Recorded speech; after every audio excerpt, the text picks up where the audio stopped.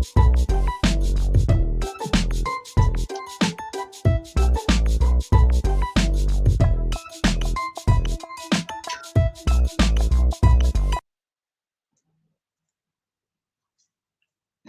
how we doing, folks?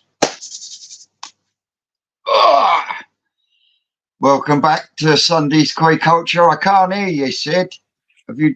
Welcome back. What There we go. There we go. Oh, I'm back. For some reason, it might mute itself. What's going on, people? How we doing out there? Yeah, I did. How we doing, everybody? Welcome in. Yep.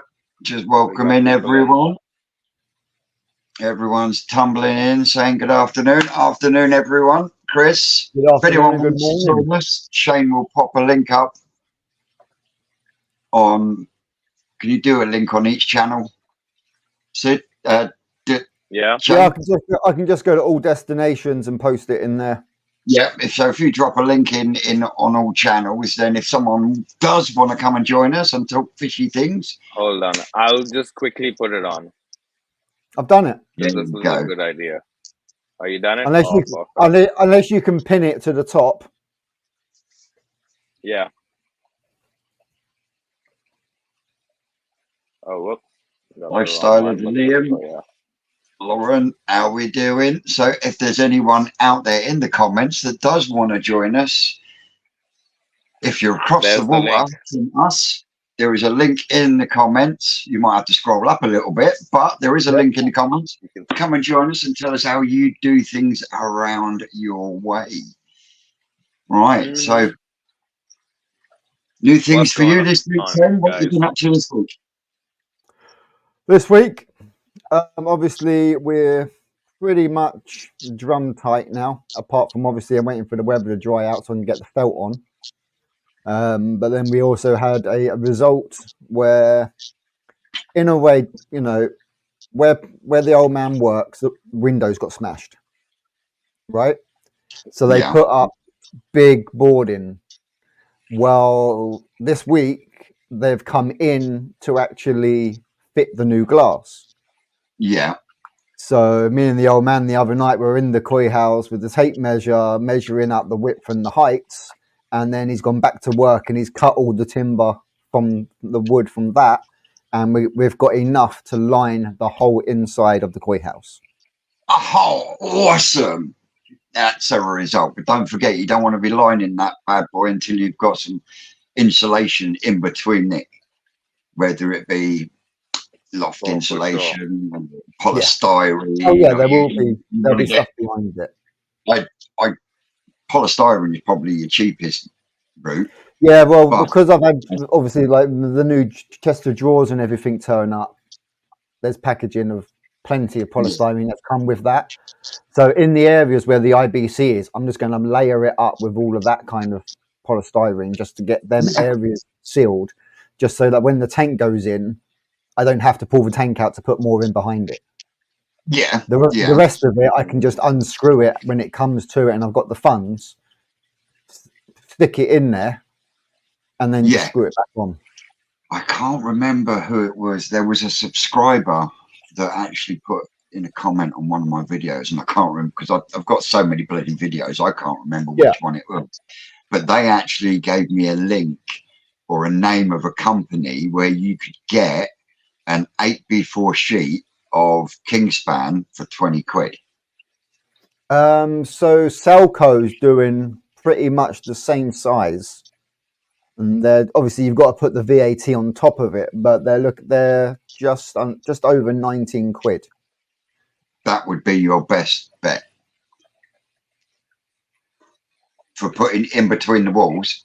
That would be your best bet, because ultimately, if you're going to go down the route of putting an air source heat pump in there for one of them IBCs, then you know you want to maximize efficiency, and the only way you're going to do that is by insulating the shit out of everything, which is why I said to you, ditch that. When you get the IBC, it comes on a metal pallet with a wire framework. The metal pallet's going. first thing you do is you take the IBC tank out, you take the pallet out, which means you've got one bolted, get rid of the pallet, you then chop the first, so you've got your top rail, which is what I've done. your legs, you chop that lot off, you then put your IBC back in, and then you've got that framework then is the perfect measurement start point to get a nice cut all the way around. Well, what I was going to do is I was going to cut the top and then chop, because obviously the grounds look quite soft. I was just going to literally chop the bottom of the soil out so that the top of the bottle comes down with the frame. Yeah, I can see what you're saying. Then I can put the support struts back across. Are you going to access the bottom rim, that valve on the bottom? Well, that you have that facing you, and if he's going to run it like I am with mine, you've got a switch off tap at the bottom of it. Have you got one of them on there already? Yeah, they're both of them on. Both are on there. He's gonna run off of that point. So if for anything for any reason he needs to take the pump off to clean it at blanket weed or whatever, he's got an isolation point on the bottom of the IBC tank. All IBC tanks have got. And then what I did to compensate for that, I then got an proper IBC tank in with 1.5-inch hose tail. So what I did, I made a little section of solvent weldable 1.5-inch flexi pipe that went on this end with some OB1 and a Jubilee clip, and then I could solvent weld straight onto that bit of pipe then to go to me pump, knowing I didn't have to put a slide valve or a ball valve in between because I've already got the isolation on the IBC tank. But what I'm saying to you, Shane, is while you've got the IBC tank on a flat level ground, take the pallet off, take that first rung of railing off, drop your IBC tank back in, and then you measure from that framework to where the top of the tank starts to curve. Yeah, just starts to curve. Yeah. So you then measure and mark all the way around from that bit of metal, and then it gives you a perfect cut line to get it nice and even all the way around. And then, like I said, instead of bowling it into the ground, if you're going to be getting an air source heat pump, what you want to do is you want to put that on some Kingspan. Yeah. Yeah, I get you. So right. And this is is the bottom of it insulation. Yeah.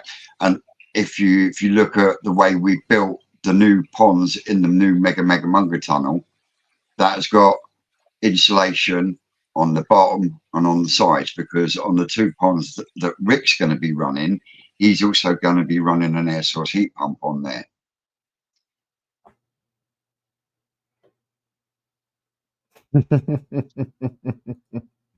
Yes, brother, it is indeed the old bonfire patch.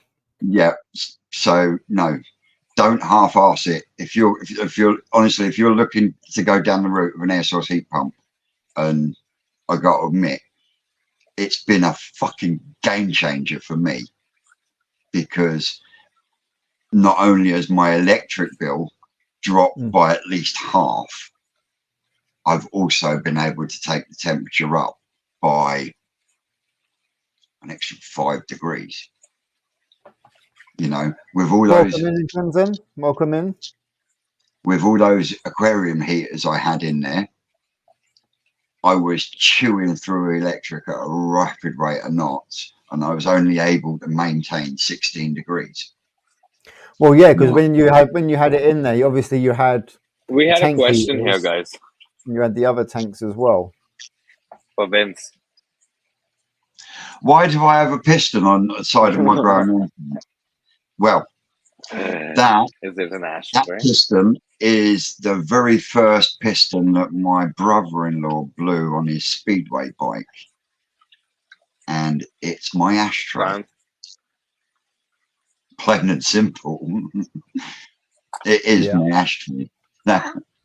So there you go. That answers that one. We've all got Yeah, But one yeah, of that those, don't answers we? that one.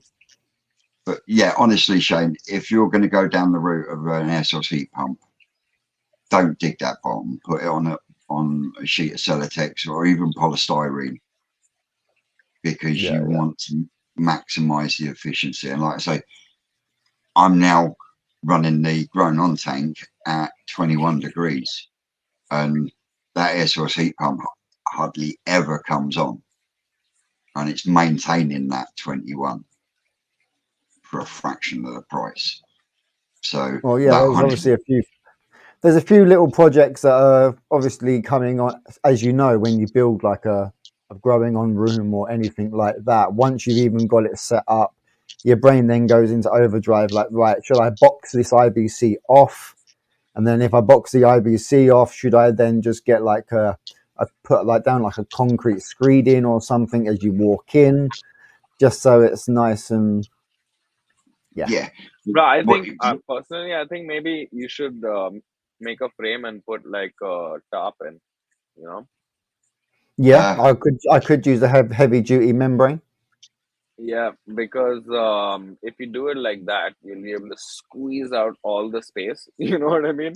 You'll be able to squeeze out all the space that you can in there and get a nice big volume. And instead of putting two IBCs in a row or something like that, and then having to kind of deal with that space, you can kind of make the thing to that space and like, Oh, the reason he's got the two is because he's got different projects that he yeah. wants to do No, I on get that that. system.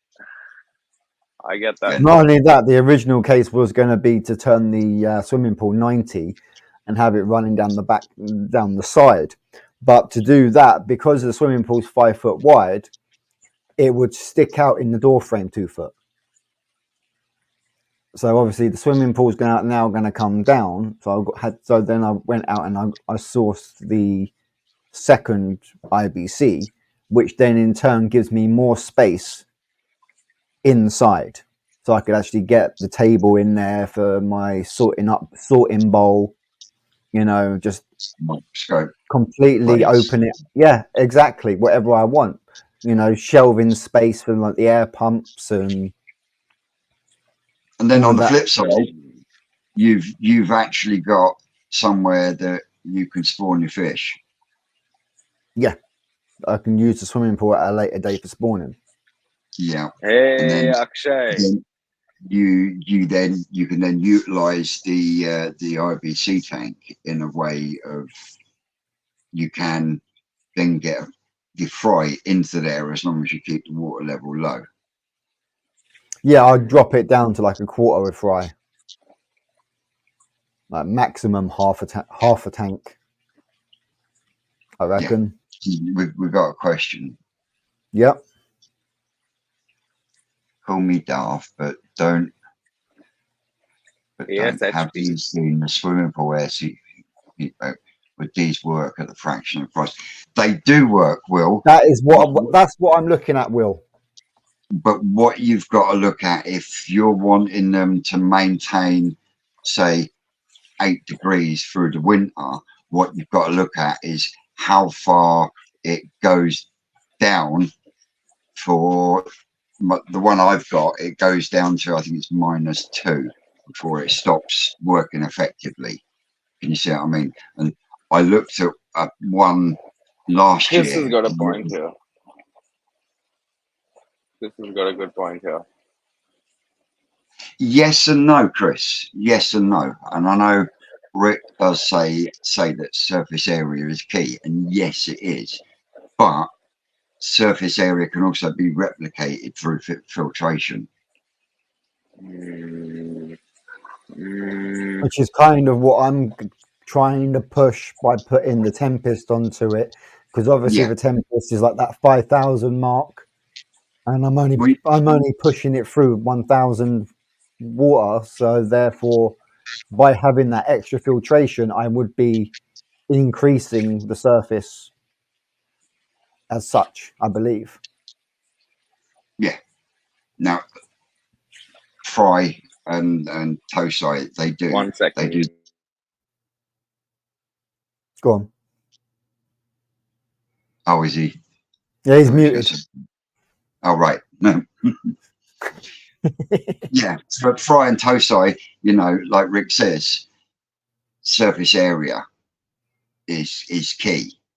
But when you look at like my setup in there, now I got 360 gallons in that tank, and then you're going into an easy pod, into 110 litre bio chamber, and that was way enough for that small body of water. But I've now got the K plus media in the upfield and the K plus media in the shower. And the reason for that is because as the external temps start rising, I will start rising the air source heat pump. So again, I'm using it as effectively as I can. Send us a picture, Lauren. Yeah, send us a picture, Lauren, because it best way to find out exactly if you bowl it up, and this was one thing that Rick said to me, when you bowl it up, 9 times out of 10, if it's soft when you press on it gently, 9 times out of 10, it's just egg. But yeah, she's if it's firm and solid, as in you can't push it, then 9 times out of 10 you're looking at its possible tumor or something of that ilk.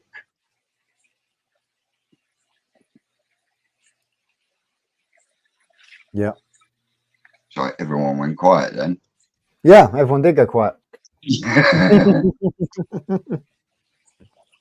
So I'm just trying to catch it. So yeah, well, there is an air source heat pump that Jim Bob from It's What I Do, he's using, and I've actually looked into it, and that one is I think it's £799, but that one will continue working down to, I think it was -15 when I read Guys, it. how much liter? How many liters will one of these air source heat pumps take care of? Well, they're mainly designed for swimming pools and jacuzzis and stuff like that. Because like the one I've got, the Hydro Pro, that is when you look at the specifications, it actually says it is a swimming pool. It says swimming pool heat pump. But that's a larger swimming pool. You know, I'm just looking at ones I'm looking at are literally like a little nano box. Yeah, and £265. Yeah, well, what you're looking at with one of them is you can actually keep a consistency through the summer.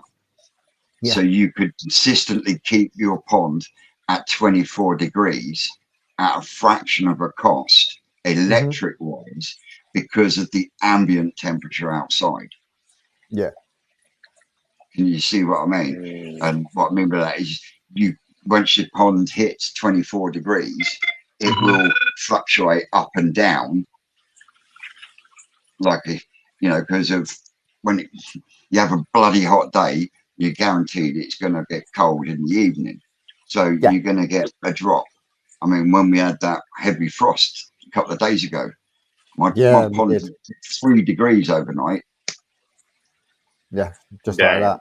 It's crazy, and that's where it becomes more effective, because you can effectively make sure that you've got a full 6 months of summer period with using the ambient temperature. Can you see what I mean? And not costing. That for me, in such a small body of water, it's become more cost effective, because a small body of water, once you get it up to longer, it holds doesn't for take longer. It's not got a large volume of water to keep that to keep at a temp. It's going to heat up quicker, but it's going to drop down. Yeah. How much for the whole system?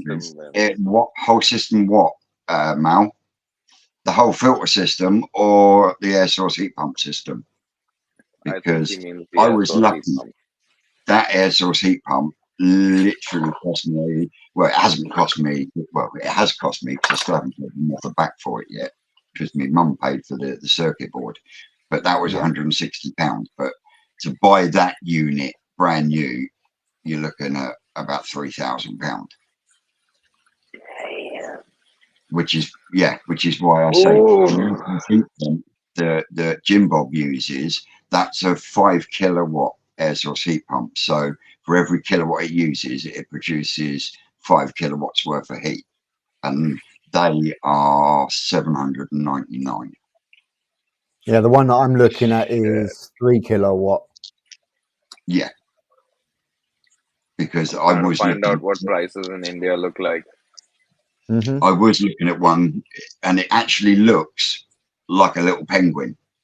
Same sort Oh, of I thing as the saw one you're that looking one. at. I saw that. It's over. It's a little 3 kilowatt air source heat pump, but it's designed for like swimming pools for the summer for the kids, sort of thing. Yeah. But again, Mm. once you hit sort of like 10 degrees and below, it then Drops stops off. working because Does it it's got. look like the outdoor unit of an air conditioner? Pretty It looks much, very yeah. similar. Yeah, it looks very similar.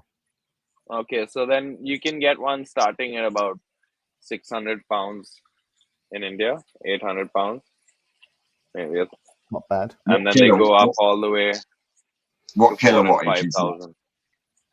So the one I'm looking at, which is 1,000 pounds, is 380 volts. So it's about 0.04 kilowatt. 0.4, 0.4. And what does it push out? That's what I'm trying to find. Trying to find some details. Not a lot of details, bro. Because I know my one for every 1.2 kilowatts it uses, it produces 7.3 kilowatts worth of heat.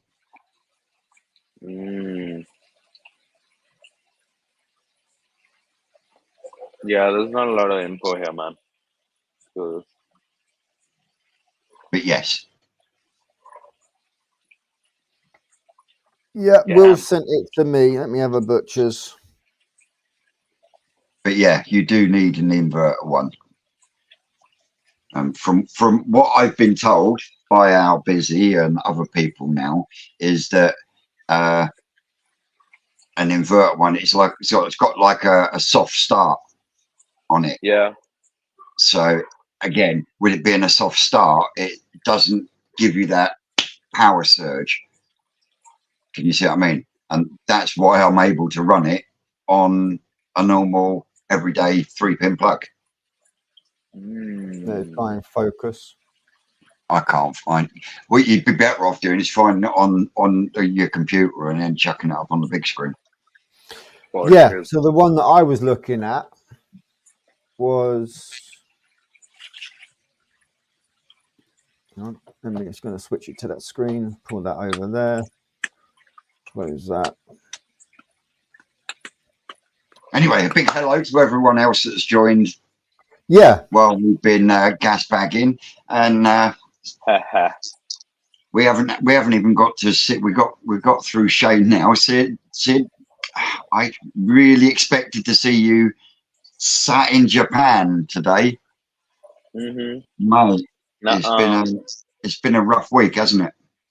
It has been a rough week, man. It's been quite a rough week. Just like with my mom being ill, and there's just been so much happening. I've been waiting for this visa to get done. It's costing me a little bit of money to keep constantly reschedule things and here and there, Yeah. you know. But it's all good. It's gonna take. I think it'll take me about till the 5th, the 4th or the 5th, to actually get there. Yeah. So like a solo entrepreneur, young business, not your ideal visa candidate. But it's all good. No stress. Huh? Hey, They it don't. it'll be worth the wait, brother. It will be worth the Mm-hmm. wait. It definitely For will. sure. I'm But I'm I'm definitely mum's getting feeling it. It's better. just taking me a little longer. Yeah, mom's feeling much better now. She's totally out of it. Completely out of the hospital now and things. So all good, all in the safe. And then we got our fish headed that are supposed to be headed here from Indonesia, but they have their flight got cancelled due to some weather issues. So the fish needed to be brought back to the facility, unbagged and prepared to get repacked, and they need to get their health certificates and their lab tests done again, which is a real bummer, you know. So Yeah, there's definitely. been a lot happening. Is this what we're talking about, Vince? Yeah, so this is the one that Will sent me. Yeah, I think that's the one Keith from Koi Kicks has just got. bro, 20,000 liters, dude. That's heavy Yeah, that duty. goes up. So there's that one, right? And then the one that I was referring to was this one. Ooh, nice. So it's cheaper than the one that Keith's using. Yeah, Yeah. but what's the volume on it? Well, it don't really matter. If you're using it on an IBC tank, Jesus Christ, it's 250 gallons Exactly. plus whatever you put in the filters. Yeah, It's a exactly. fucking You know fiddle. what I mean? So it's consumption of 600 watts. Oh, that's much It better. does from a pool volume from 10 degrees to 21 meter square. All right, so it's 600 watts. What does it produce from that 600 watts? 3 kilowatt. But that's not bad. It's not bad. And how much Yeah, is that's that pretty one? good. 282. That's much. That's for what you for what you want. That's And perfect. another way you could make that even more effective is if you was to actually put that in the filter shed itself. Mm. The only issue is to do that, you need to cut. See that big hole, round thing in the center. You need to either cut a square that's bigger than that and box round it, so it then blows straight outside. Yeah. Because otherwise, if you put it inside without that, you'll be just pissing in the wind because that You'll fan. basically be choking it. Yeah, because when that heat pump kicks in and you stand in front of that fan, it's freezing. Ha ha It ha. is absolutely freezing because what's happening is you're actually it's working like a reverse freezer, Yeah. Yeah. and that's what's generating the heat. So and that's what Rick's going to be doing for his two ponds in the Munger Tunnel. He's going to build a framework Yeah. and then he will cut the plastic out, and Yeah. then the air source heat pump will sit there, and all that cold air will just go straight outside. Well, that's the kind of. Can you see what I Yeah, mean? If you obviously, could the only fit thing that I could see with that is obviously the pipe work is on the side where the blower goes out. Oh, But yeah, it that's looks an issue. like it's kind of set back though. So I should be able to build a box section on the front part, cut that out of the wood, and then cut the metal, no, have that you squeezed wouldn't up have so that's to. blowing it out. All you got to do is make a framework that's just big enough to go round that circle, Mm. yeah, and then you just make to accommodate the pipes coming out and doing a 90. You Yeah, just make that framework just a little bit deeper. Can you see what I mean? yeah, I know So what you then you've mean. got the space, and with yours being a wooden shed, you can tunnel that quite well. Yeah, obviously And it's wooden then inside, but it's got the metal sheet on the outside. yeah, and then in the winter, then all you need then is something like an 80-watt greenhouse heater, and it'll keep that running. And absolute dream through the winter as well, and costing you absolute peanuts. Yeah. So if Hobbytown's still watching, birthday present.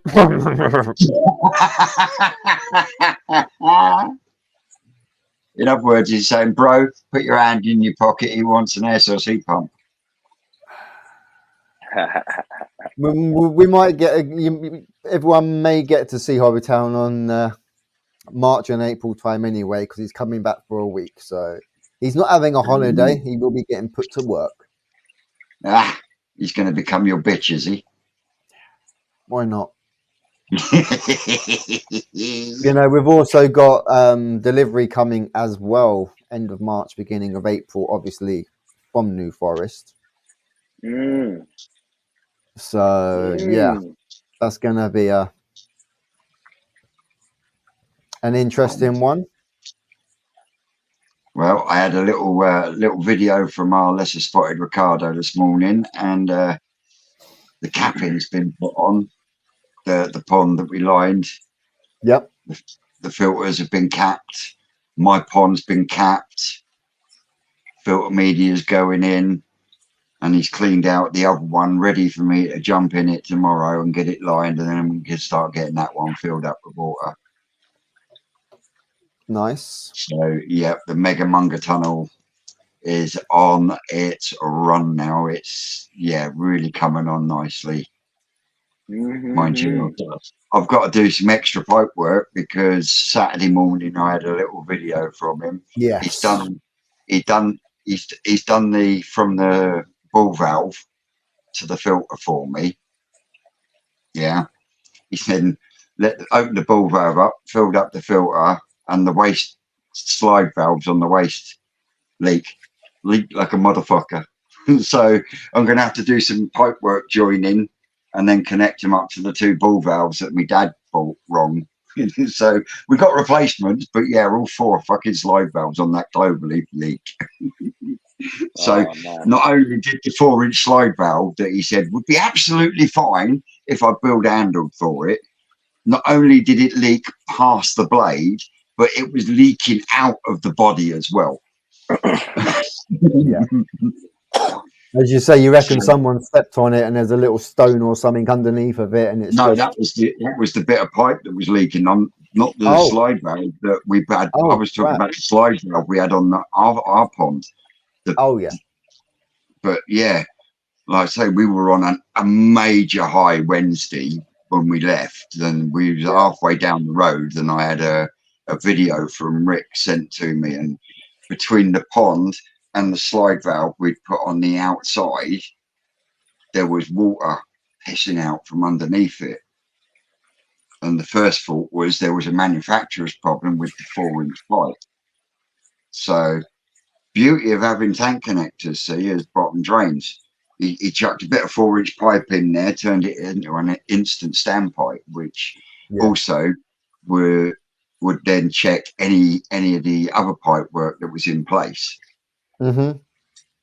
And he ended up having to dig back, had to break out a load of concrete. And when he actually broke some concrete out, he found that underneath there must have been a stone or something underneath that he'd stood on, or someone had stood on, which had cracked the pipe.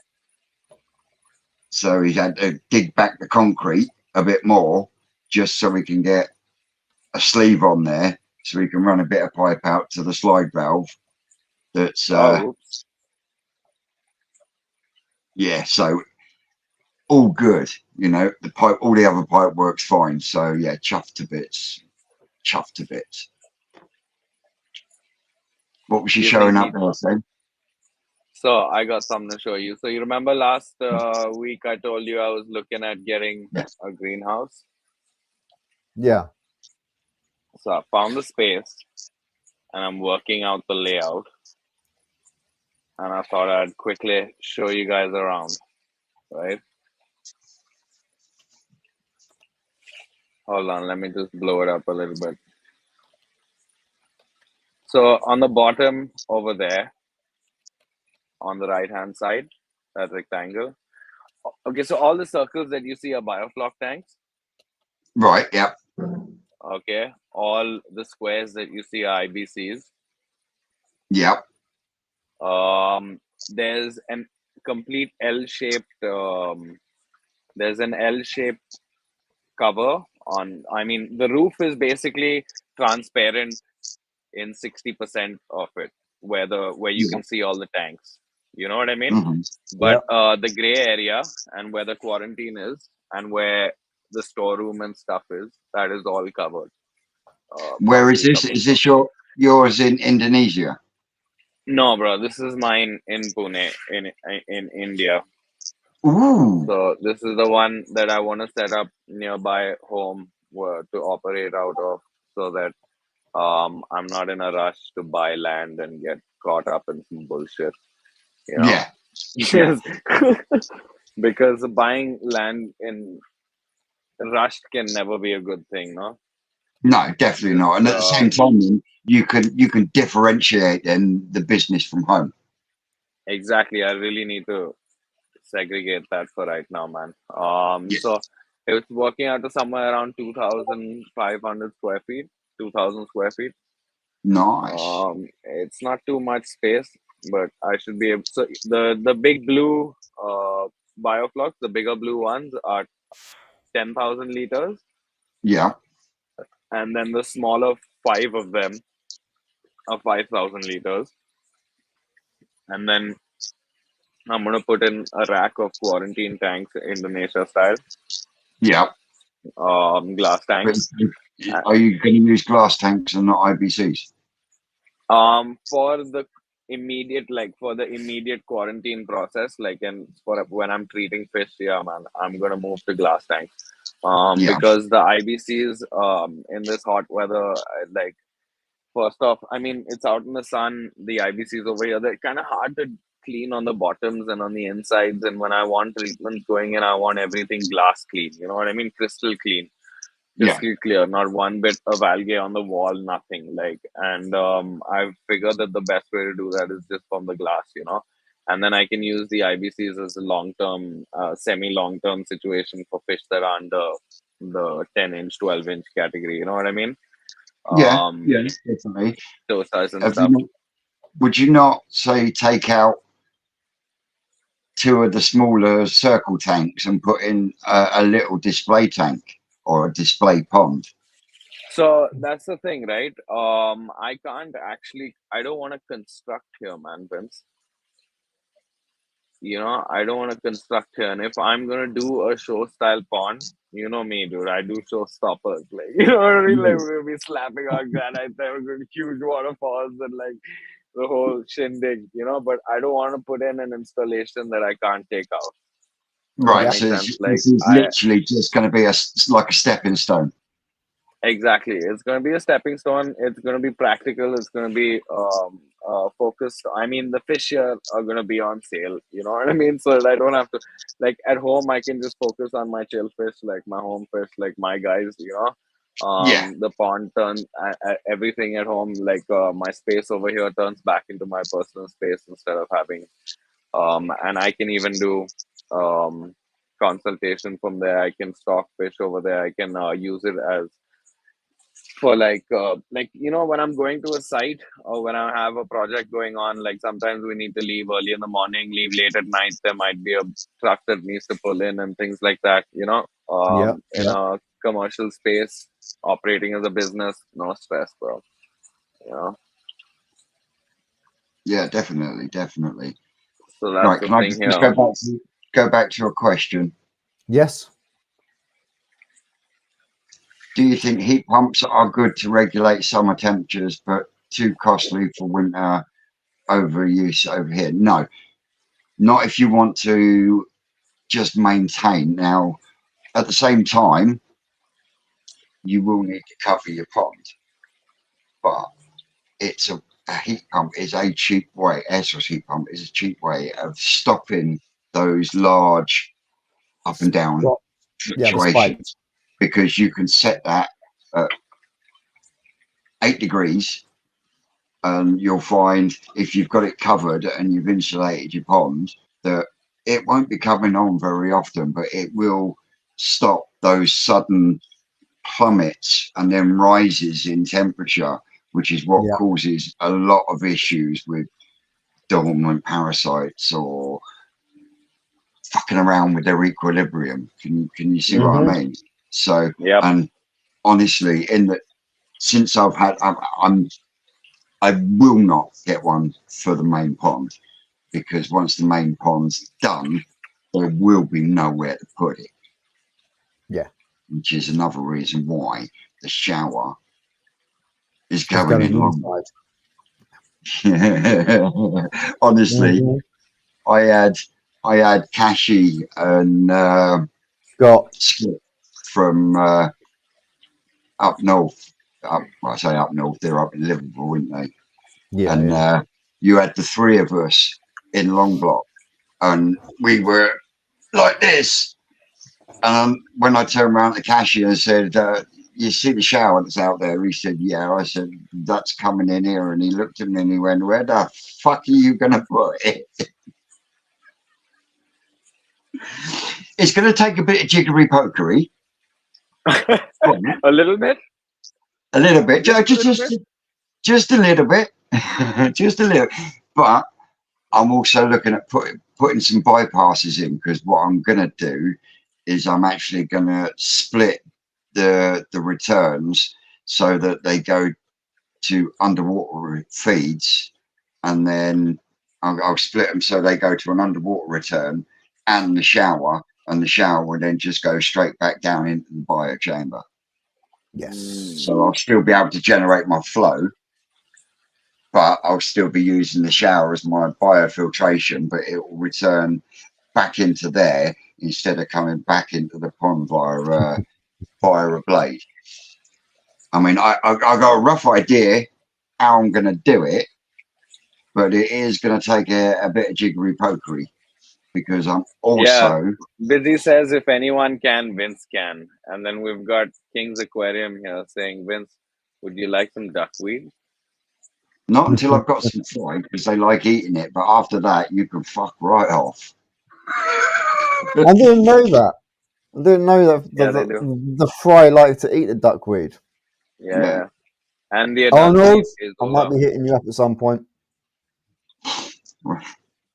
Yeah, the bigger ones eat Azola. You know Azola? Mm-hmm. Yeah. But like I say, jiggery pokery is just the start, because not only have I got to put, there's going to be 2 sets of bypasses that will be going in. And the reason for that is I'm putting a water solar panel on top of the shed. So that in the summer, when the days are hot, I can bypass it and it will run through that, and the sun will warm it up. So Lauren turned around and said her Asagi feels the same as other koi that she's checked. So to me, that would say that is just potentially egg bound. Egg. Or she's egging up. I mean, my Shiro that tried committing harikari. I mean, you asked Kashi took one of them. She went, she's fucking hanging with eggs. So she really could do with being spawned this year. And yes, how much can you fit in a phone box, Vince? Me? Hey, a couple of IBCs. Just a few. Well, when you think about it, once I change it all round, you'll have 3 easy pods, 2 biochambers, 2 tempests, 1 homemade upflow, one small shower, and a shower for the main pond.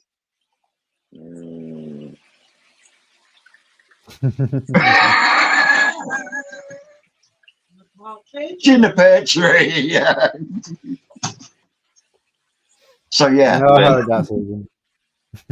and at some point, ready for next winter, I want to get a diesel heater in there as well. Because the plan is for the exhaust to come out underneath the air source heat pump. Yeah. So then the heat coming So out of there goes up. the exhaust will go up, and then we'll be taking in from the air source heat pump. There's then again trying to get it to run more Do efficiently. you want diesel smoke being pulled in by that air source That's heat what pump? I was just thinking. Do you want diesel smoke being pulled into that air source heat pump? It's I just hit me. there's no real smoke that comes off of these Chinese diesel eaters. Oh There's come quite a few on! people, Did you just hear got it? quite a few people That on YouTube sentence that makes no sense actually to me. use them. And my brother-in-law's got one fitted in on his van. And honestly, they run like a dream. And it's not going into Vince, the water.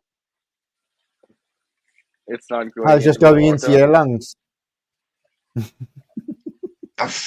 Mate, Dude, if you're it gonna get cuts- so high in that little if filter it loop. You're gonna get so high. if it cuts down on my electric costs, Yeah.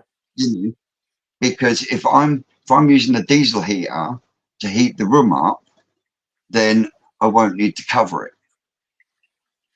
Because if the room is the same temperature as the tank,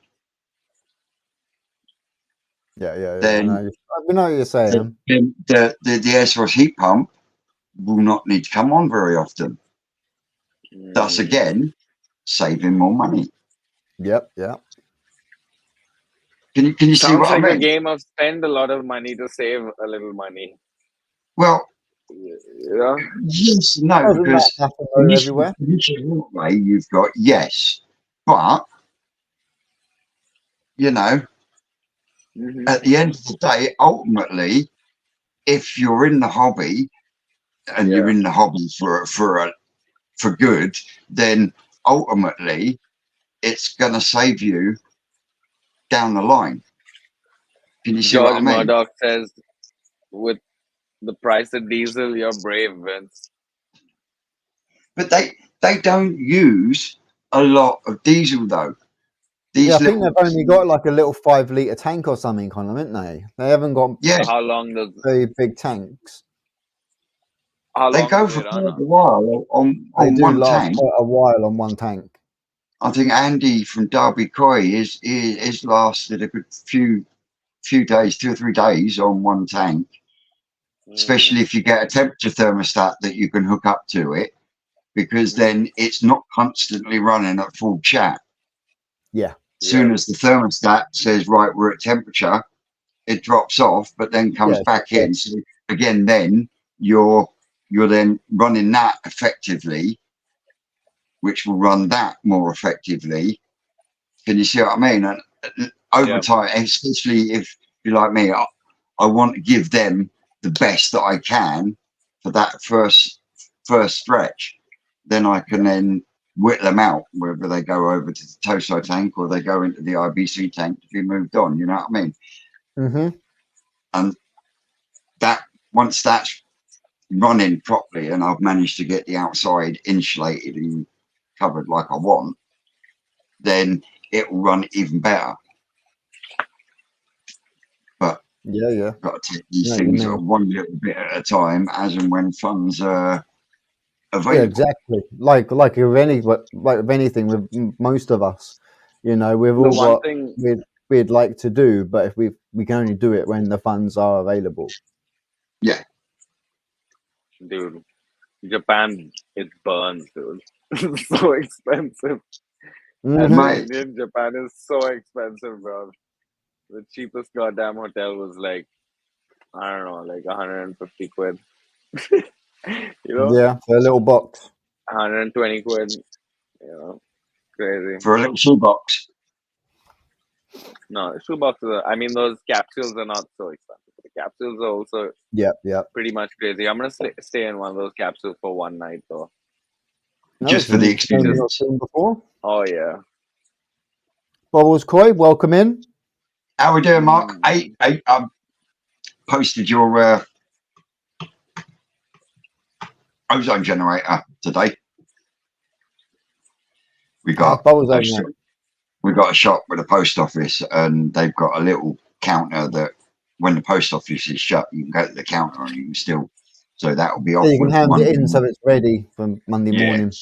bless her cotton socks. I got in there and I was like, she's like, that bit doesn't open till 1 o'clock. I was like, oh, bugger. She went, I'll do it for you anyway. So yeah, that's posted off, Mark. Not a problem, bud. Anyway, I'm just going to have to go and grab my charger because I'm sitting on 15%. So over to you. Yeah. Okay, mate. No worries. So yeah, Thank you guys, for I've got reminding me, got a little side question for you, for everybody in chat. So I've been watching a couple of the videos from over the pond, right? And a lot of people, well, I say a lot of people, I've only seen a couple, but obviously even with like the 12 mil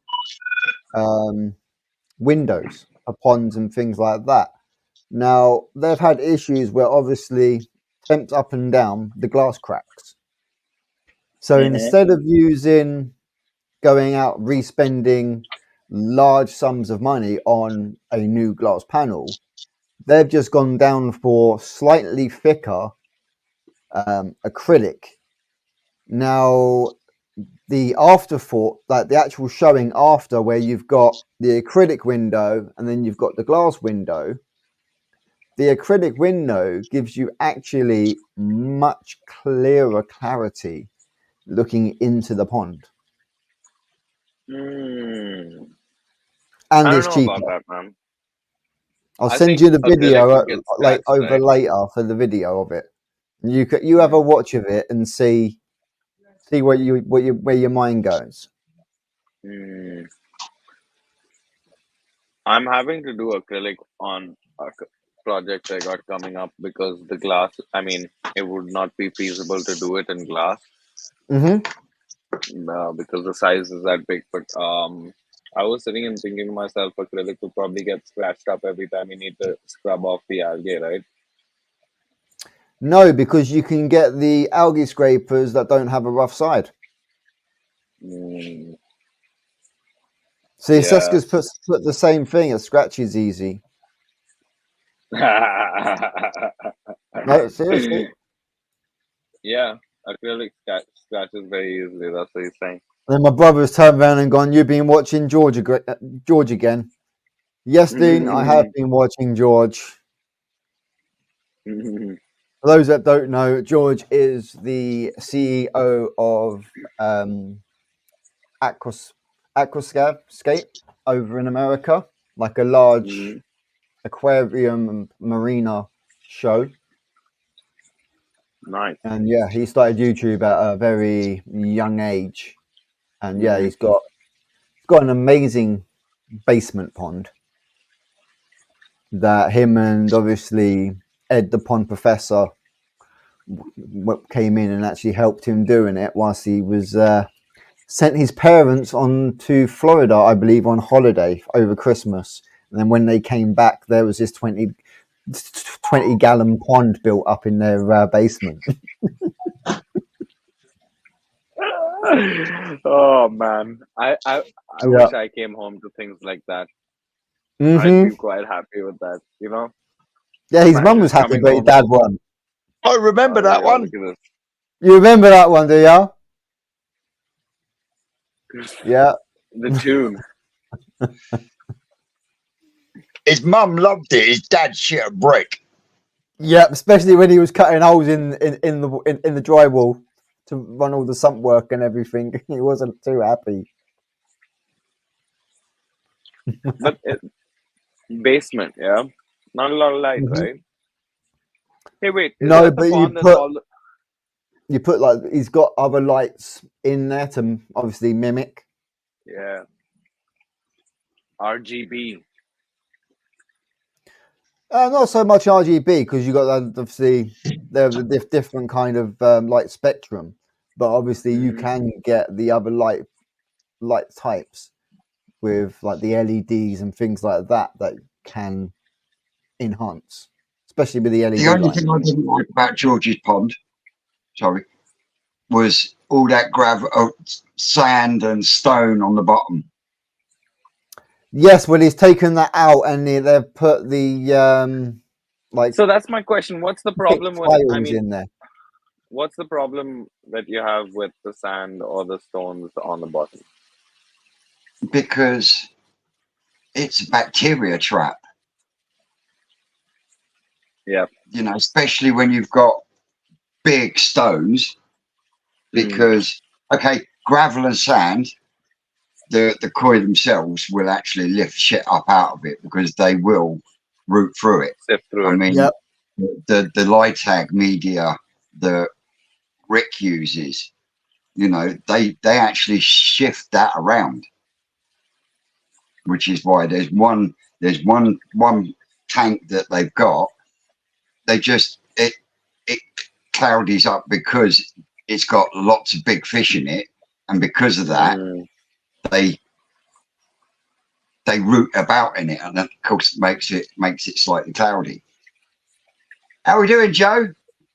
Like I say, Shane and pop in the chats a link if anyone wants to come and join us. Mm-hmm. Someone's who is it said where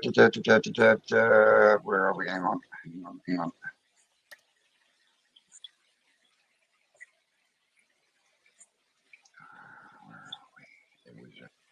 Don't Rick have gravel in the shop ponds? No, it's not gravel, Gavin. It's a byproduct that you get from Yeah. power stations. 2 seconds. Yeah. So yeah, answer that question, bro. They should work as long as I get the correct bulb that will give that full light spectrum. Because Mm-hmm. obviously in the koi house we're going to be running a couple of probably T5s or T8 LEDs. Mm-hmm. Hey, here's Joe. Hiya, you alright? How you doing, buddy? You all right? Not bad. Sorry I missed I've only just tuned in, so I'm not sure what we're talking about, but I thought I'd say Oh, hello. we're just talking on the random, mate. Talking on the Alright, random. nice. Thanks At for the joining moment, us, we're just Joe. talking about people with, if you've got like buildings or anything like that, or you've got basement ponds, what kind of lighting would you use? Would you go down the line of a full spectrum LED? It's really difficult because I don't think you can truly replicate the UV sunlight, and it's Mm-hmm. almost the skin quality as well, and whether or not you can even get that back even if you are using all these kind of lights and things like that, I'm not sure it replicates. And I think if they, I've always said that I can tell if you go to a show or whatever who's got like an indoor pond and who's got an outdoor Mm-hmm. pond. And I don't even think it's sometimes coloration. I think it's actually skin quality Mm. and also this with humans, like if you don't have if humans don't go outdoors and don't get enough sunlight, they're not Take getting care, enough vitamin Arnold. C. So I truly believe that fish are the same and they do need that sunlight at some Yeah. point. Yeah. Oh yeah, definitely. And Yeah. you down at the farm, you definitely notice a difference between kahakus that have been kept in an indoor system to kahakus that are in an outdoor system. But Mhm. when when those ones that are kept in an indoor system, as soon as they go out to the mud ponds, when they come back, they look a completely different fish. Yeah, well, once the sunlight, natural sunlight hits them, it just pulls it. And obviously, you're feeding them that color food and everything like that to encourage their color to come back. Mm. They Mm-hmm. can get that Oh color back yeah, pretty damn quickly. it helps as well. You, Yeah. I think you've got to be But before we careful. I go mean, sorry. any further, can I finish Gavin's question about Yeah. what's in the bottom of Rick's systems Yes. in Yeah. the Of shop? course. It's actually a byproduct from power stations, and even though it looks like clay pebbles that you get for horticultural stuff, it's not. It's very very porous, and that's what he uses and what he has underneath all that is literally a pipe system that looks a bit like a spider with lots of holes in, and Mm. that is just connected to a pump which then sucks the water through that stuff. And I think the name for it is Litag, and then circulates the water back round. And what happens is that actually becomes both your mechanical and your biological filtration.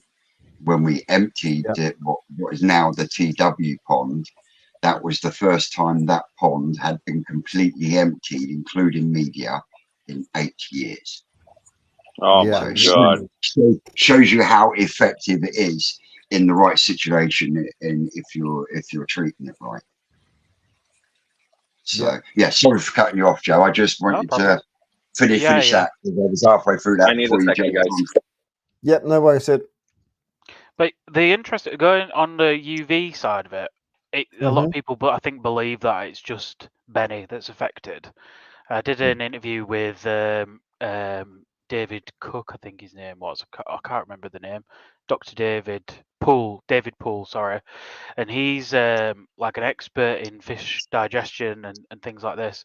And he had a similar conversation with a goldfish company who'd bought from, I think it was India actually, these black moor goldfish. And when they'd come to the UK, they'd essentially gone like grey white colour. And the person who'd bought them messaged the farm back in India and said, like, these fish have gone grey white. What do I do? Like, I bought them, they were meant to be black.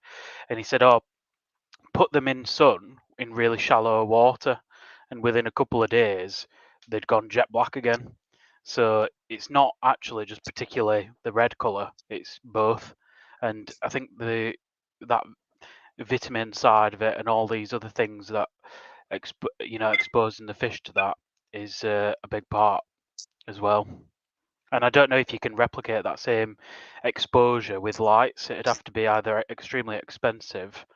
Not necessarily. I know Mark at Cuttlebrook in because I know he's moved his buildings around, but what used to be his Tosai house, he used to have metal halides above every single one of his tanks, and he had some wicked results and managing to keep Benny in place, ready for him going out in the summer.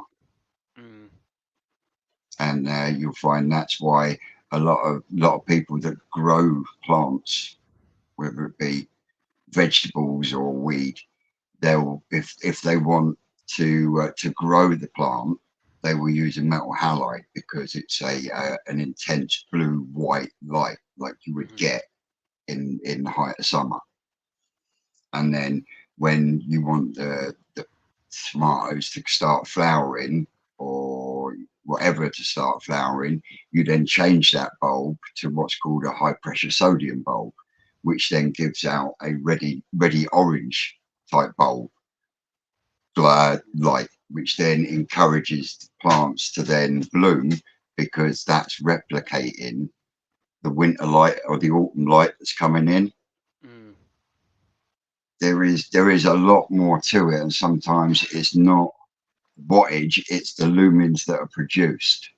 But do you think that, I guess we all plants are I'd say obviously there's some you could use the plant method with koi.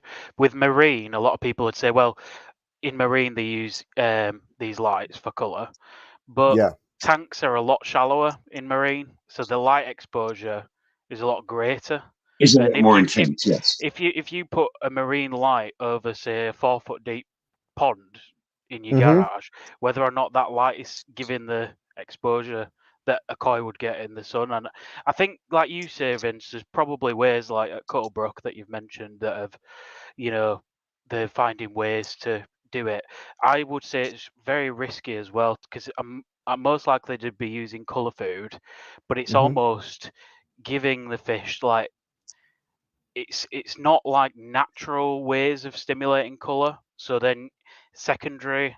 I mean, I had a chiba in my pond where I started feeding color food, and it was getting full light exposure.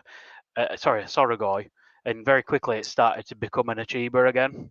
Got all of its coloration back, and it's like essentially like what I would think of like the crack cocaine of color food if you're feeding color food and you've got like loads of UV lights. So it's a really difficult toss up, but I'm not sure you can replicate. I think there's things you can do to help, but whether or not, if you're looking at running that as a full-time thing indoors, I would say it's very difficult. I've yet to see I an example. I do think with the way that light technology has advanced so much now, I think it can be done. Yes, I mean, I've got I agree. 3 30-watt LED spotlights that sit about a foot above my growing on tank. And I've got fish in there that I've had in there all over the winter, and I've had no change in the belly whatsoever. And I'm not feeding colour food. I haven't even started making the munga mix up yet for it. So it can be done. And the other thing is light times as well. It's all right putting something like a metal halide or the equivalent to a metal halide, whether it be LEDs. I mean, I wouldn't run a metal halide because they cost so fucking damn much to run. You're talking 600 watts plus. You can replicate that in LEDs, but if you're going to hit them with summer light, then you need to hit them with summer timetables at the same time. Yeah. Can you see what I mean? Yeah. Now my growing on tank, the lights for that comes on at 6 o'clock in the morning and goes off at about 8:30, 9 o'clock at night. So it's constantly got that summer timetable, as in the light production. Yep. Can you see what I mean? And that's on a timer, and then when I get up and go down, I then flick the light on for the growing on shed, which is 2 bloody great long LED strip lights. Yeah. So they're getting that as well as what I've got across the top.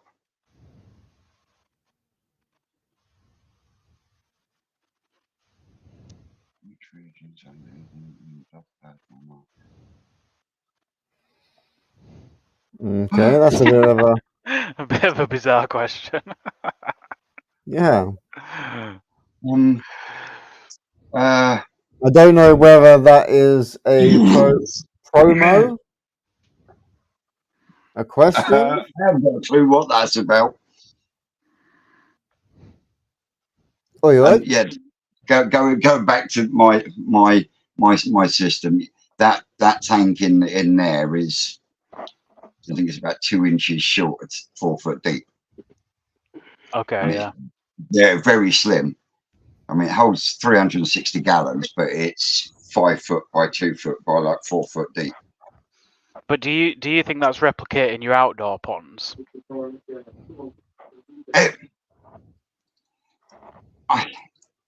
is and it isn't, because it is replicating summer light, but it's replicating it without that UV, that UVB, whatever it is. Because I know when I used to keep and breed bearded dragons, you know them strip bulbs that you buy for them, you do have to replace them every sort of 6 months, because that is not just light that those bulbs were producing; they were actually producing UVBC and something else, you know. And after 6 months, you know, it does deteriorate. The other thing I think to consider as well, sunlight's not only aiding the fish, is it? It's aiding your ecosystem, it's aiding algae growth, it's aiding blanket weed growth, and all of those things are essentially like free spirulina in your pond. Oh yeah, definitely. I mean, I've got a good layer of algae growth in that small tank, and I have had blanket weed in it as well. I had that a month or 2 ago. Yeah, it's crazy. But I suspect that there might be some tanks out there where they have them indoors that don't have that, and then maybe that's where the difference comes from. Yeah, definitely. I mean, what sort of lighting are you going to be looking at, Simon, for your systems that you're going to be putting in? Because you're building a green setup at the moment, aren't you? Yeah, well, it's obviously because it's going to be in a building. It's not going to have proper exposure to UV. So although it's going to have a window in it to let light in, that window's not going to let the UV through. So the best I can probably do is have one of those long farmer lights above it. You know, them grow lights. Yep. Yeah. Have one. That's probably the next best thing I can do. Well, if you was gonna go for something like that, which would be a metal halide, the best exposure you could give your tank is if instead of putting it in the bulb in a long shade with the bulb going this way, spend out a little bit more and get yourself what they call a parabolic shade. Mm. And basically it's like an umbrella, but the bulb points straight down. Right. And what happens is the umbrella directs all the light, bang, straight down into that position. Mm. Yeah. And it is a concentration because of the shape of it. It can be a bitch to put together because you have to put all the bits together with little nuts and bolts.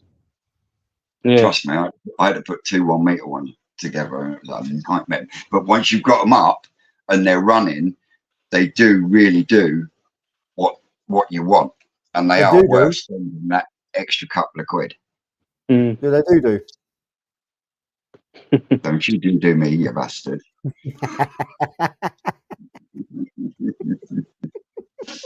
And I've got to say a big thank you to my man Kashi from Kashi's Koi, because not only did he pop in for a visit, he brought me a lovely fucking fishing. I'm now the proud owner of a Sakai fish farm, Super Mango Karachi Koi. Yeah, it's a nice fish, that. And she's beautiful. Got tiniest little shimmy on 2 scales, but what a body it's got. What a body. What size is it? I'd say it's 30 plus. And I did make a mistake on the video. I said it was from Danny's growing show. It wasn't. It was the one from the Eden Koi Pond growing show. Ah, okay. So would have come from the same place. Yeah. Either way, because they came from Koi Water Barn. So yeah. But yeah, going back to lighting, I know that Hyger do a full spectrum light for fish tanks, and I'm in the back and forth stages at the moment of getting a free one to trial. But because my tanks are long, I'm going to need 2, so it'll be a case of I'll be paying for one, and they're going to supply me the other one. But yeah, we're still in the back and forward stage on that. So yeah, I will be doing a comparison in comparison from them to the LED spotlights that I'm using. So on a different note, are you showing this year, Joe? I'm considering it. I've got quite a interesting project coming up in the magazine, which might result in me having some extra capacity at home, extra water to put some koi in. So I'm considering it, but yeah, it's a bit of a toss-up, really. I've got to decide whether I'm showing or if I'm following a story at the show or something like that now, because I can't do both and bench. So if you do show, what show will it be that you show at? The Great British Koi Show. Would it be the Great British Koi Show again? You wouldn't think of doing the national then? It's just, I mean, the Great British Koi Show is 45 minutes down a very stable motorway, like flat motorway, and my route into the national is up and down speed bumps and 3 and a bit hours or 2 and a bit hours. So you've got to consider the journey you've got to put your koi through to get there. Yeah. You know, and I don't know. I kind of feel like, yeah, I don't know. It's my local one, isn't it? So yes, yeah. And you did well last year, didn't you? I got best in class Asagi. Yeah. I got a first with another Ginrin Asagi, and my Tancho didn't do really. I thought I might be selling my pond, so I brought fish. The first mistake I made showing koi is I brought fish that I just thought, well, I'll chuck it in vat and see how it does. But I knew they weren't ready. Yeah. I had a Tancho Sankey that the sumi was just under the skin. It wasn't up yet, but I thought, well, the actual Tancho spot's really good. And I brought it, but I perhaps shouldn't have done. And I brought a size 5 Kahaku, and there was 14 fish in that class, and mine is male and like a flowery pattern. And Yeah. you're never going to compete. Never gonna. No. You're never going to compete with big 2-step females in this country, No. I don't think. No, And definitely that's one of not. my No, big it's gripes. definitely one of them things it's one of them things that we always notice when you go to the shows and whatnot. If you're taking males and whatnot, and they get put in with the females, it's gonna, especially with like the Yeah, 2 but, steps and the I 3 mean, steps.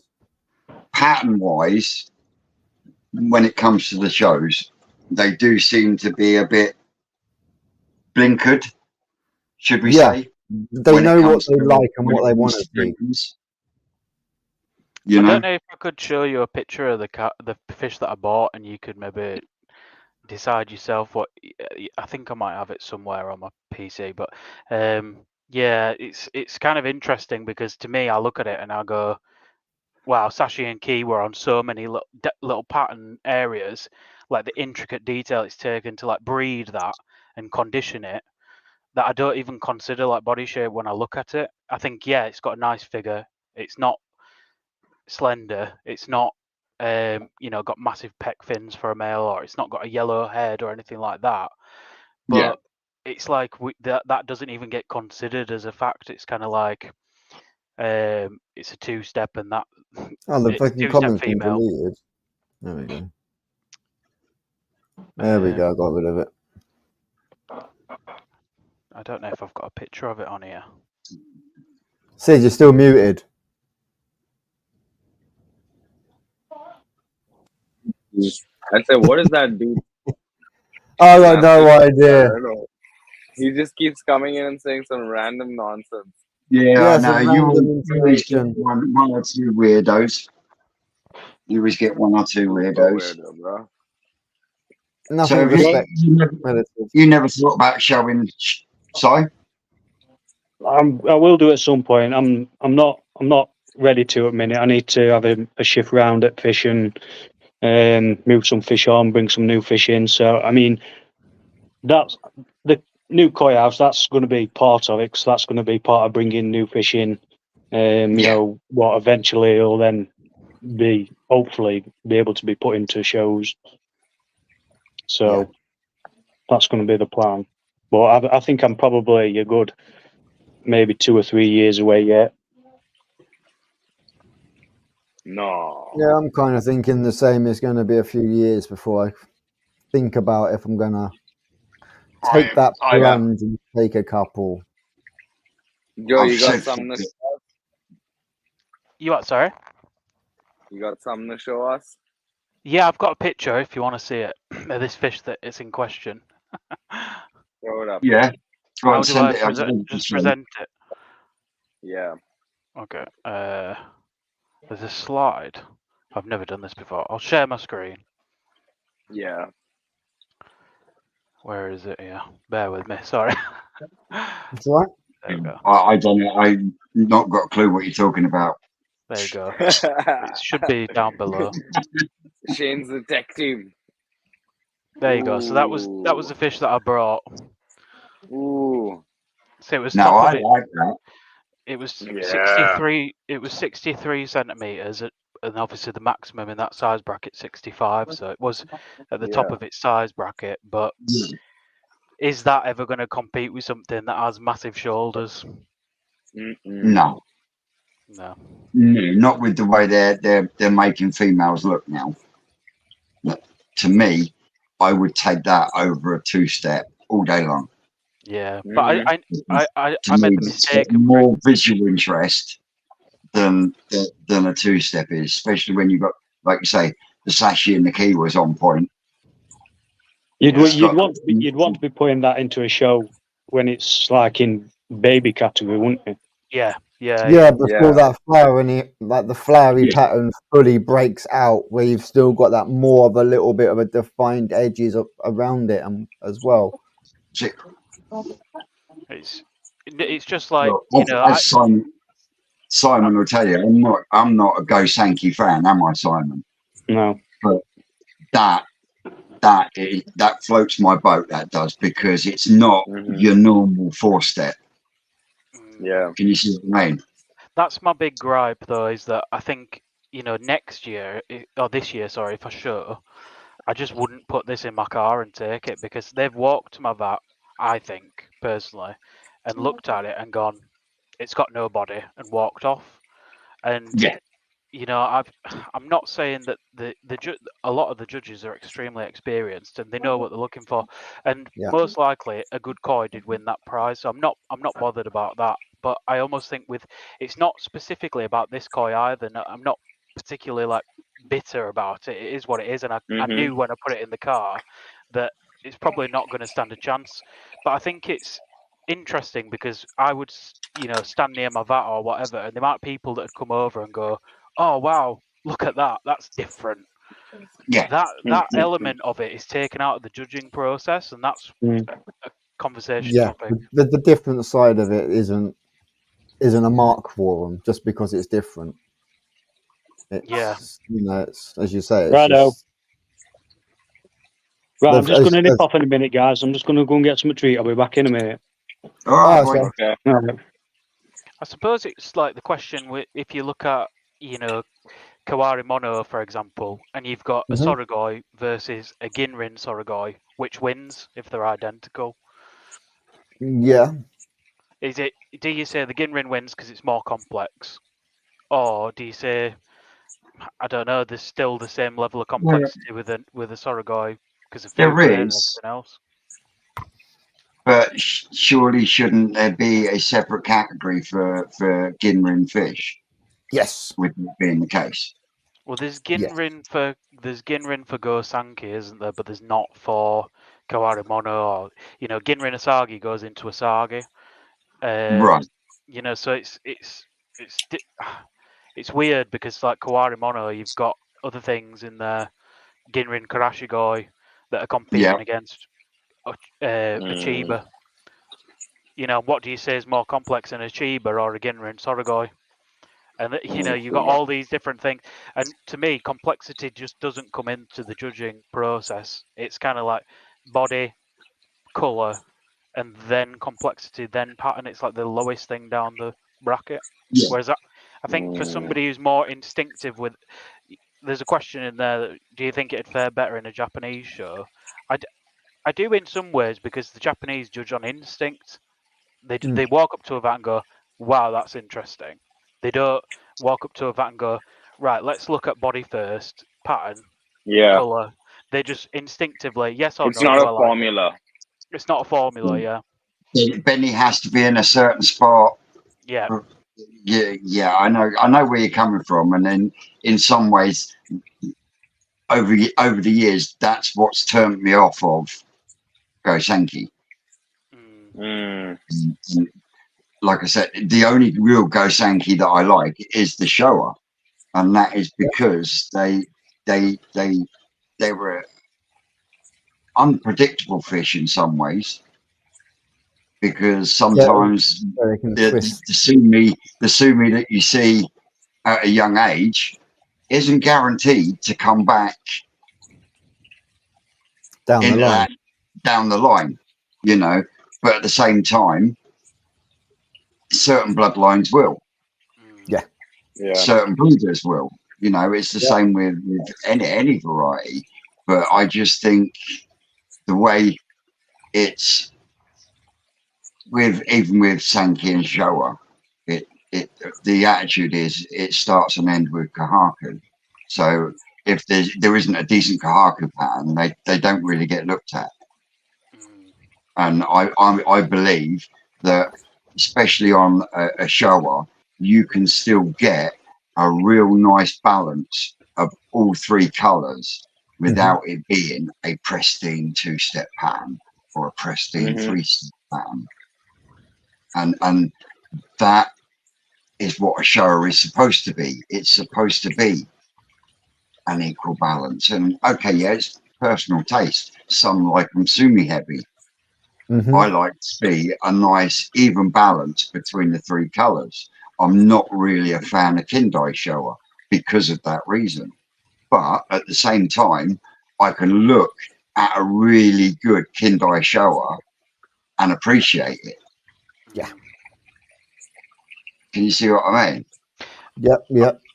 Yeah, I think Because the Kahaku, if we're talking about Gosanki, Kahaku are probably one of the, I'd say, second most difficult variety to do, because it take any Kahaku, and if there's one shimmy or anything like that, it can ruin the illusion. And one then scale out of place on either the sashi or the kiwa. Yeah, it's just It just throws it straight out. Just throws it straight out. And then you look at Sankey, and you speak to anyone who's got any relationships with Japanese breeders or anything like that, and they just say, we don't make money on Sankey because of the culling process and everything else. And Sankey is so difficult, the most difficult variety to breed. And I mean, they are available, but if you're buying them, they're extortionate prices at the top level. Yeah, for the real high quality, you're talking, you're paying fucking exorbitant amounts of money. Oh yeah.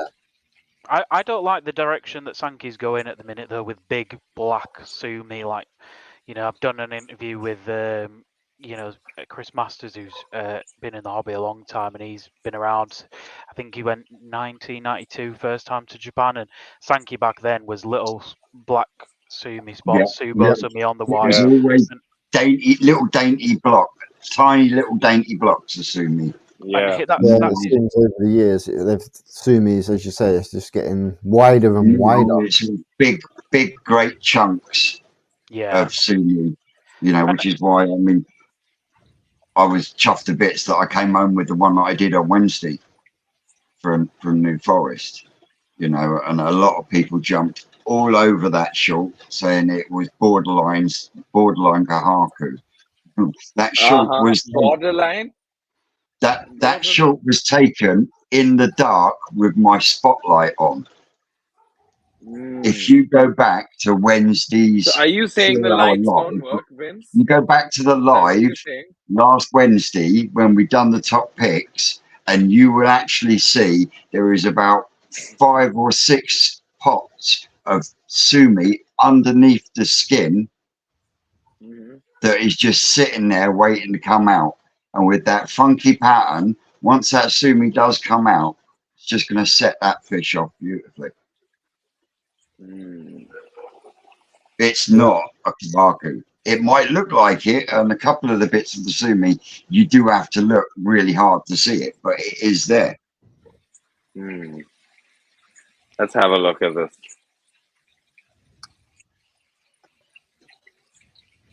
Did we have someone pop back in? No, I think that's Sai coming back. Yep, I'm back. Fuck me, that food was quick. Oh, only beans on toast. Nice and simple. Quick down the attach. So, what are you thinking to go into your growing on setup then? Sorry, have you got a plan on what fish you're going to do? And go Sankey, obviously. Right, but does this plan involve breeding them later on down the line? No, there's no plan for that at the minute. No. Not a minute. What boring? I thought you would have been wheedling out all the ones you didn't want just to find the perfect two to say, right, I'm going to give it a go and see what I can do. No, I mean, obviously, you know yourself. It takes loads and loads of time, space, and it's just I've just not got the time. Well, I've got the space, but I've not got the time. I've just not got the time to put into it. Yeah. But like you say, you had fry in the fish tank that I sent you down with, and just that on its own was very time consuming, wasn't it? Yeah. And that's on a fish tank level. So once you start getting bigger, it does become, and a lot of people say, but you don't work. It does become a full-time job. Mm. Yeah. Raising fry, because you're constantly feeding, you're constantly cleaning, because if that ammonia rises to just that little bit too high, one, you'll start losing fry, two, you'll start getting deformations on them. And it's not like it's just a 1 day clean job, is it? It's, No, you don't just clean them once a day, do you? no. I was twice a day at one point, and that was with a lot of fry, and that was when I had. Remember when I had the bow front fish tank? Mm. But yeah, for the time being, it's just going to be for bringing fish in. There's a couple what I've bought what are coming in spring, coming out of quarantine in spring. So they'll be first two to go in, and then Where depending are they if I coming buy. to you from? Sorry, Where are they coming to you from? what, the dealer or the breeder? Yeah, where's the dealer? Where's The the dealer? Oh, dealer's sorry, where's the breeder? Dainichi. Oh, nice. They Flying were, in? Stuart Okikoi. no, they were from Mike and Lee at Shoshikoi. All right, yeah. They were bought through Dainichi auctions. But yeah, they'll not be due to finish quarantine until spring. I might not even have it built by spring, so we'll have to see. What is it you've bought? A Sankey and a Tanshoka Haku. Nice. Don't talk to me about Tanshoka Hakus. I'm gutted I still haven't got I one. agree, Gary. Absolutely. 100%, Gary. I don't know, Gary, because there's beauty out, and they can look good in all processes, from Tosai right through to when they fully don't change at all. You know what I mean? Hey, G Love, how we doing? You're quite welcome to come on and join us. Shane will chuck a link in the chat if you want to come and join us. Would be nice to have a chat with you over there. See how things are going for you over there. It's been a Because you while haven't since put a video out for a while. Yeah. Mind you, our G Love is busy because he works in the music industry. Yeah. But yeah, if you want, G Love, jump on with us, bro. Si, you're absolute bugger. Now I want a brew. Well, Mrs. brought me that, so. Are you allowed to drop any hints of what we've got coming in the next Coy's Perspective, Joe? Yeah. So I've done this month. I've got 10 koi for sale, like exclusive. So it's gone from 7 to 10. Last month I think we had 50 pages. This month it'll be over 60. I'm not quite sure if I'm making a rod for my own back, keep up with that going forwards, to be honest. But there's just been so much going on. And I've got an interview with Alan at EZ Pond manufacturing tour, going around his place, like how the tanks are made. I've gone to Burton's and seen their facilities. Unbelievable. Like Burton's, who make the drums, they do so much more than drums, so much more complicated stuff. They do like medicine equipment for pets and vets and that kind of stuff. So I've seen their manufacturing tour in their facility, and that's unbelievable. That's in a video, like a full walk around how a drum is made. And then I've got an interview over Chris Masters Pond, which will be totally different from what I've done. He's got like a really old pond, and he's a bit of an older dealer. But not a lot of people have like seen behind his premises, and if you're not traveling up to Barnsley to go and have a look around his place, then it might be nice for people to see, because he does bring a lot of fish in. Definitely. So I'm excited for people to see that one as well. And I've got like a nice story on the front cover again for issue 2. I think it'd be nice because there's not a lot of people actually know about Chris. No. In the fact of the big influx we've had into the hobby over the last 3 or 4 years. Not a lot of people know about Chris. So yeah, that would be absolutely awesome. Sheila, my brother. Hey guys, How How are we doing, Hiya. Jake? man? how you guys doing? Yep, What's man. going on, bro? Look at Hey, that my brother, studio. Young Twisted. Hey, brother. I appreciate you guys. So how are things going in the koi basement? How are the fry doing? Good, everything's moving. I'm finally getting with you and Ricky, man. You guys are God sent, man. I'm back home from music again, so I'm back on my koi thing. So now I can relax again. Been Oh, enjoying your sweet. YouTube channels. Yep, is that who is that? Okay, all right, okay. This I don't remember your name, but I remember watching your show, man. I love it. The Koi Talk Koi show. Talk, that's it. Yeah, Yeah. I'm Oh, loving nice. it. I'm Yeah, loving it. thank I'm you. loving it. Yeah, but Pre downstairs is doing good. Maybe I'll walk down there. Yeah, man. Yeah, let me walk down it. So we've been talking about spawnings and that. What are you looking forward to spawning most this year?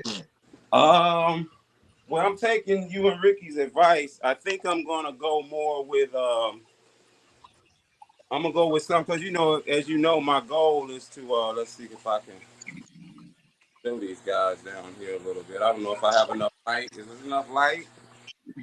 Yeah, it's all Yeah, good. we could see. Ah, what did I just do? There we go. I just moved. No, we can just put your full screen, G. Okay. I lost. Oh, oopsies. Oh, We have lost him. I And think we he's have. just switching his camera. I think he was trying to flip the camera, and as we know, Yeah, that is yeah. a Uh-huh. absolute. Uh-huh. He's Oh, It's a awesome. He is. nightmare. How we doing, Sam? Sam Hirschfield is calling you a traitor, Si. I don't know what that's all about. dun dun dun. Dun, dun, dun, dun.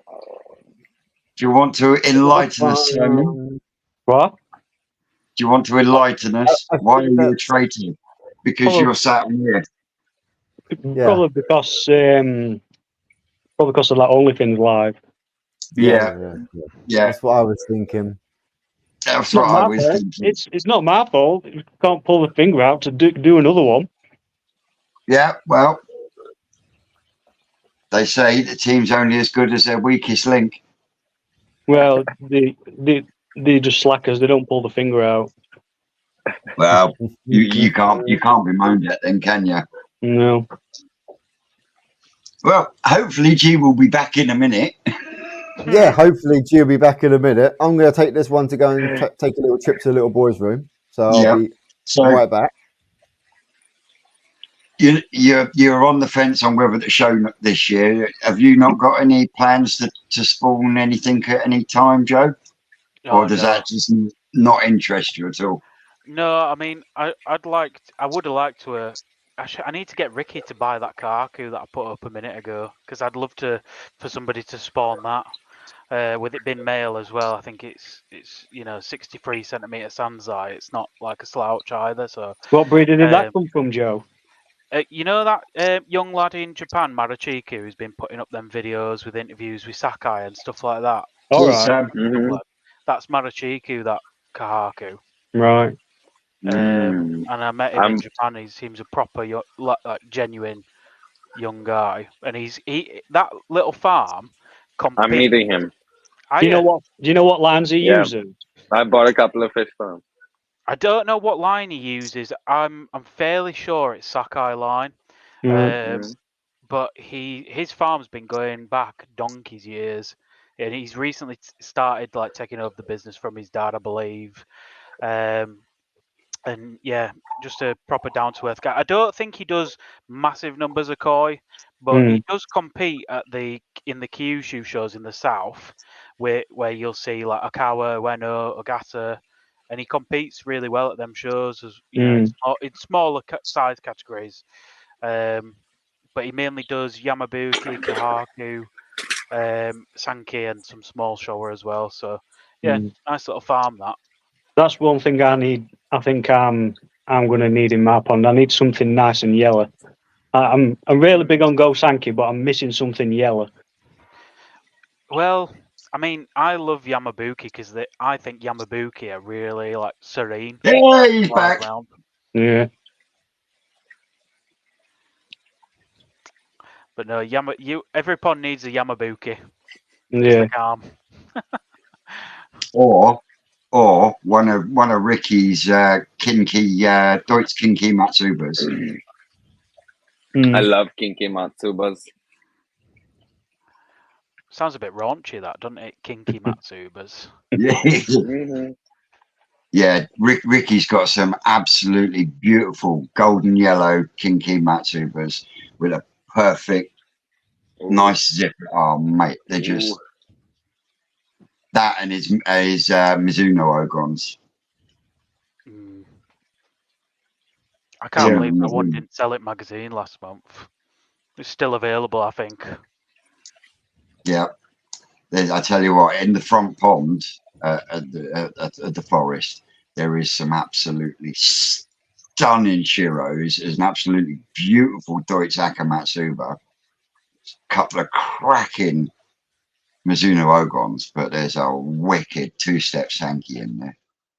I think Ricky sent me home with the one that I come home with Wednesday just to shut me up about the two-step.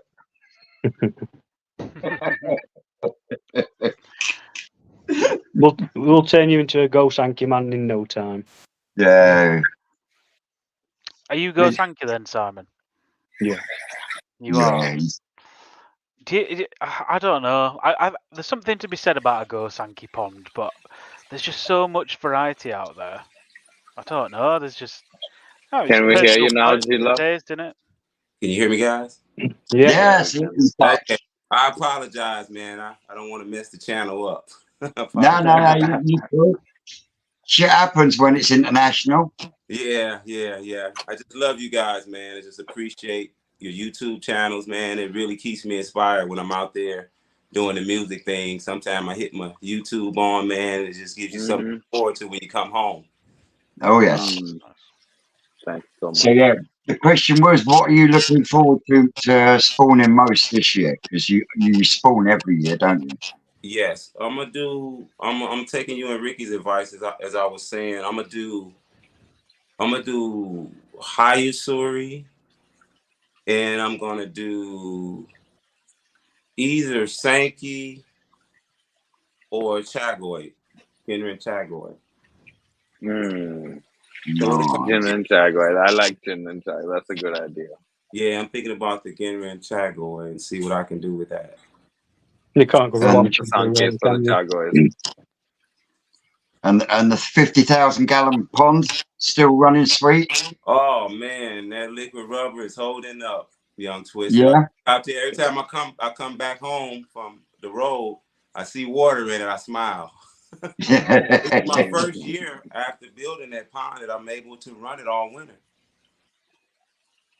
You know, being here in America, then I'm in the state of Michigan. I mean, we get 10 below easily, and the concrete just splits up, man, and I have to do it all over again. But now that liquid rubber has solved that problem. Oh, that's awesome! Because you had to turn all the filters and everything off, didn't you, for the winter? Yeah, I used to actually drain it, and that would even make it worse. You know, draining it, and then the earth moving and pushing up, and it would just be a big disaster. So how accessible is koi and like koi accessories for you in where you are in America? It's very tough to get the quality koi you guys deal with and able to get. It's tough to get it here. You know, I watch your channels a lot, and I see just how you guys help each other and how you can get access to filtration and the new modern stuff.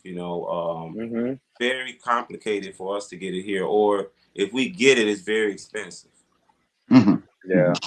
Because I remember when I first got into the hobby, just buying those. I used to bless them. Watch Peter Wallington a lot and commute with him a lot. And I used, I got into the vortexes and the brushes in one chamber, the Jap matting, and all of them, those things. And even those filters were expensive. I had to resource those in.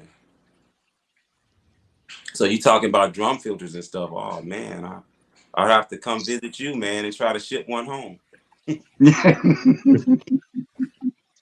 Well, I'm sure we could sort something out somewhere down the line. Yeah, of course. Yep, of course. So is that like in Michigan when it goes down like -10?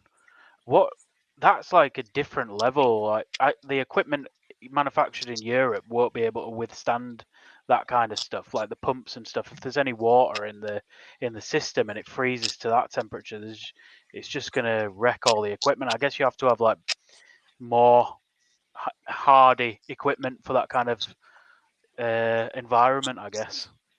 I'm not sure. It just once I had a pond before I moved house and came here.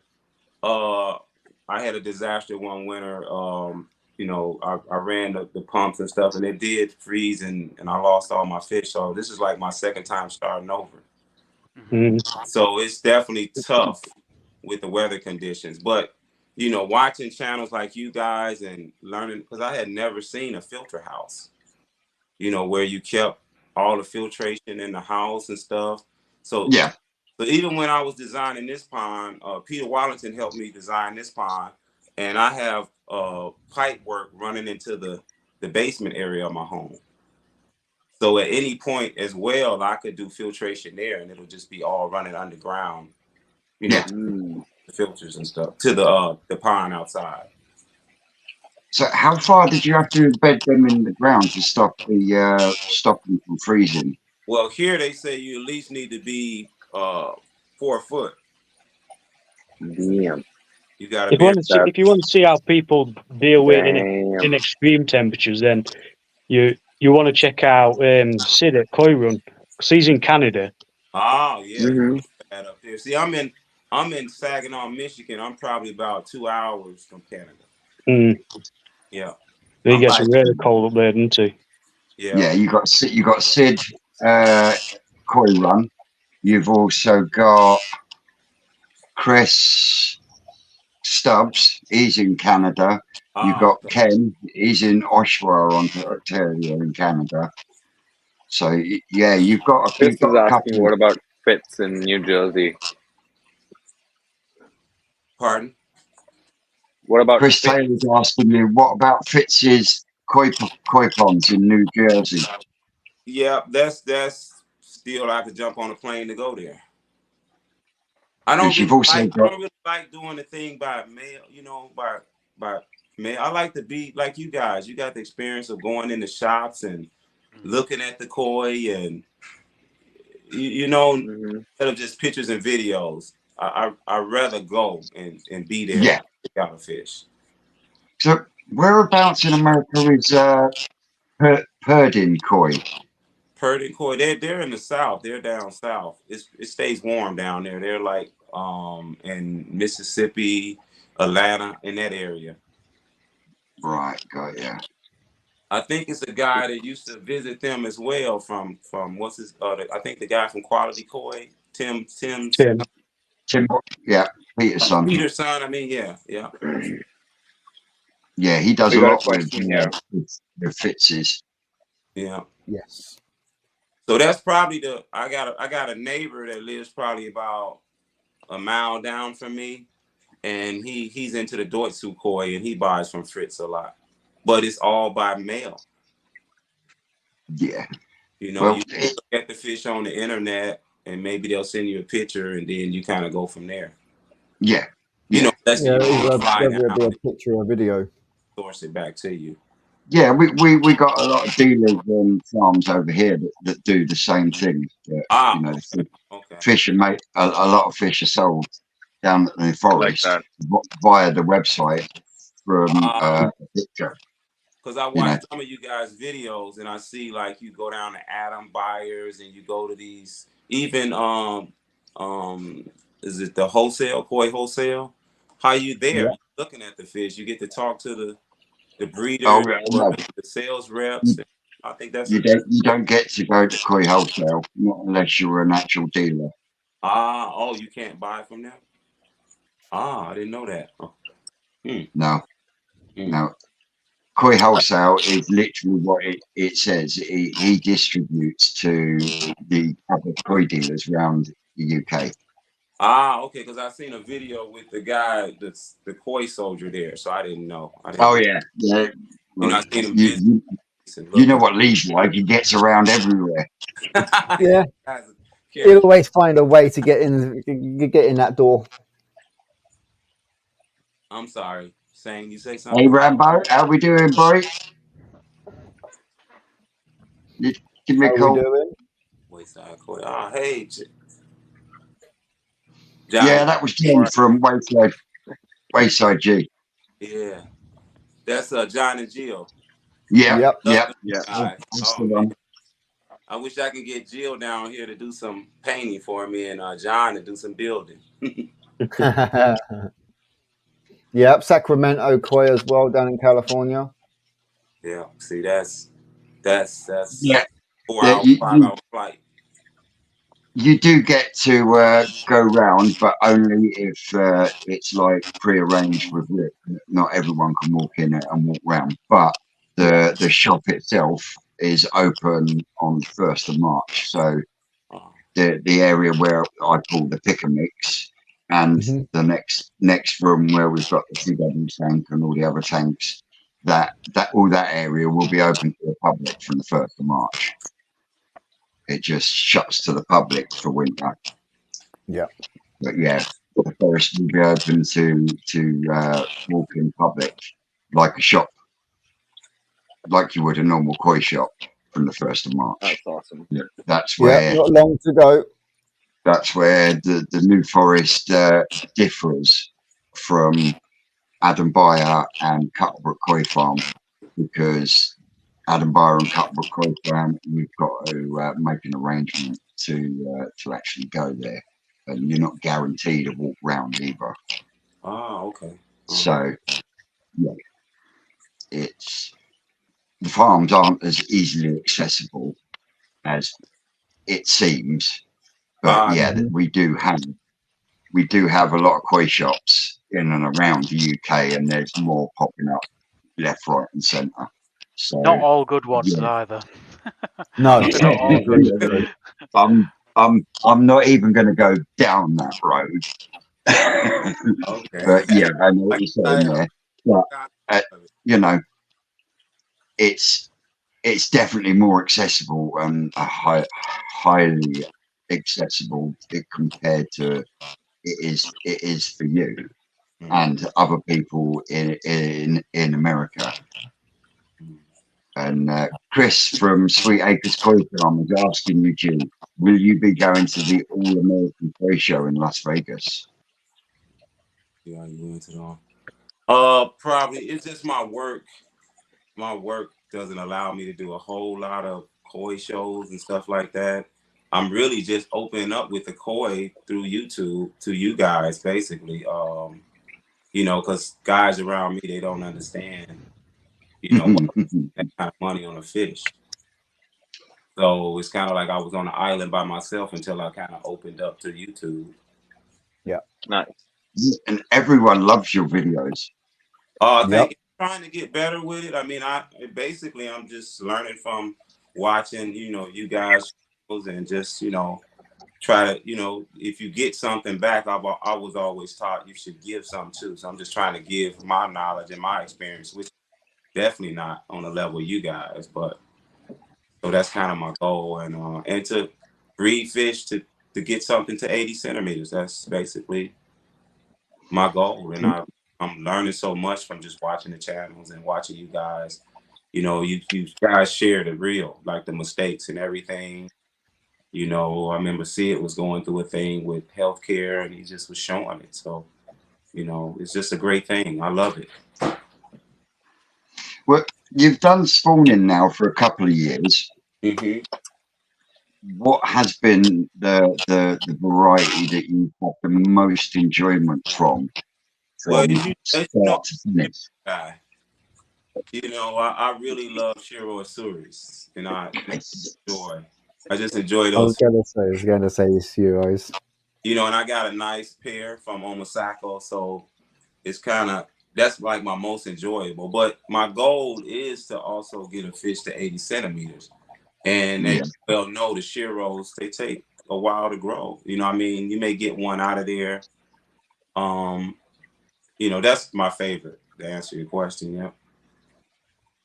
Nice. So would you not consider doing some kind of program where you maybe mixed the Shiro in with some like Karashi boy to get that bigger body and then breeding back to the Showa or the Shiro, sorry, to then maybe get a Shiro Utsuri 80 centimeters.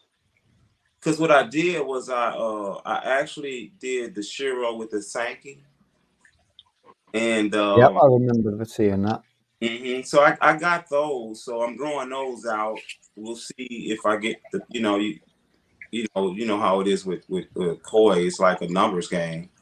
Yeah, So I do have that set. So that's been one of my goals to maybe breed back in. See who has the growing gene and who has the traits and the characters that I like. So yeah, I have that.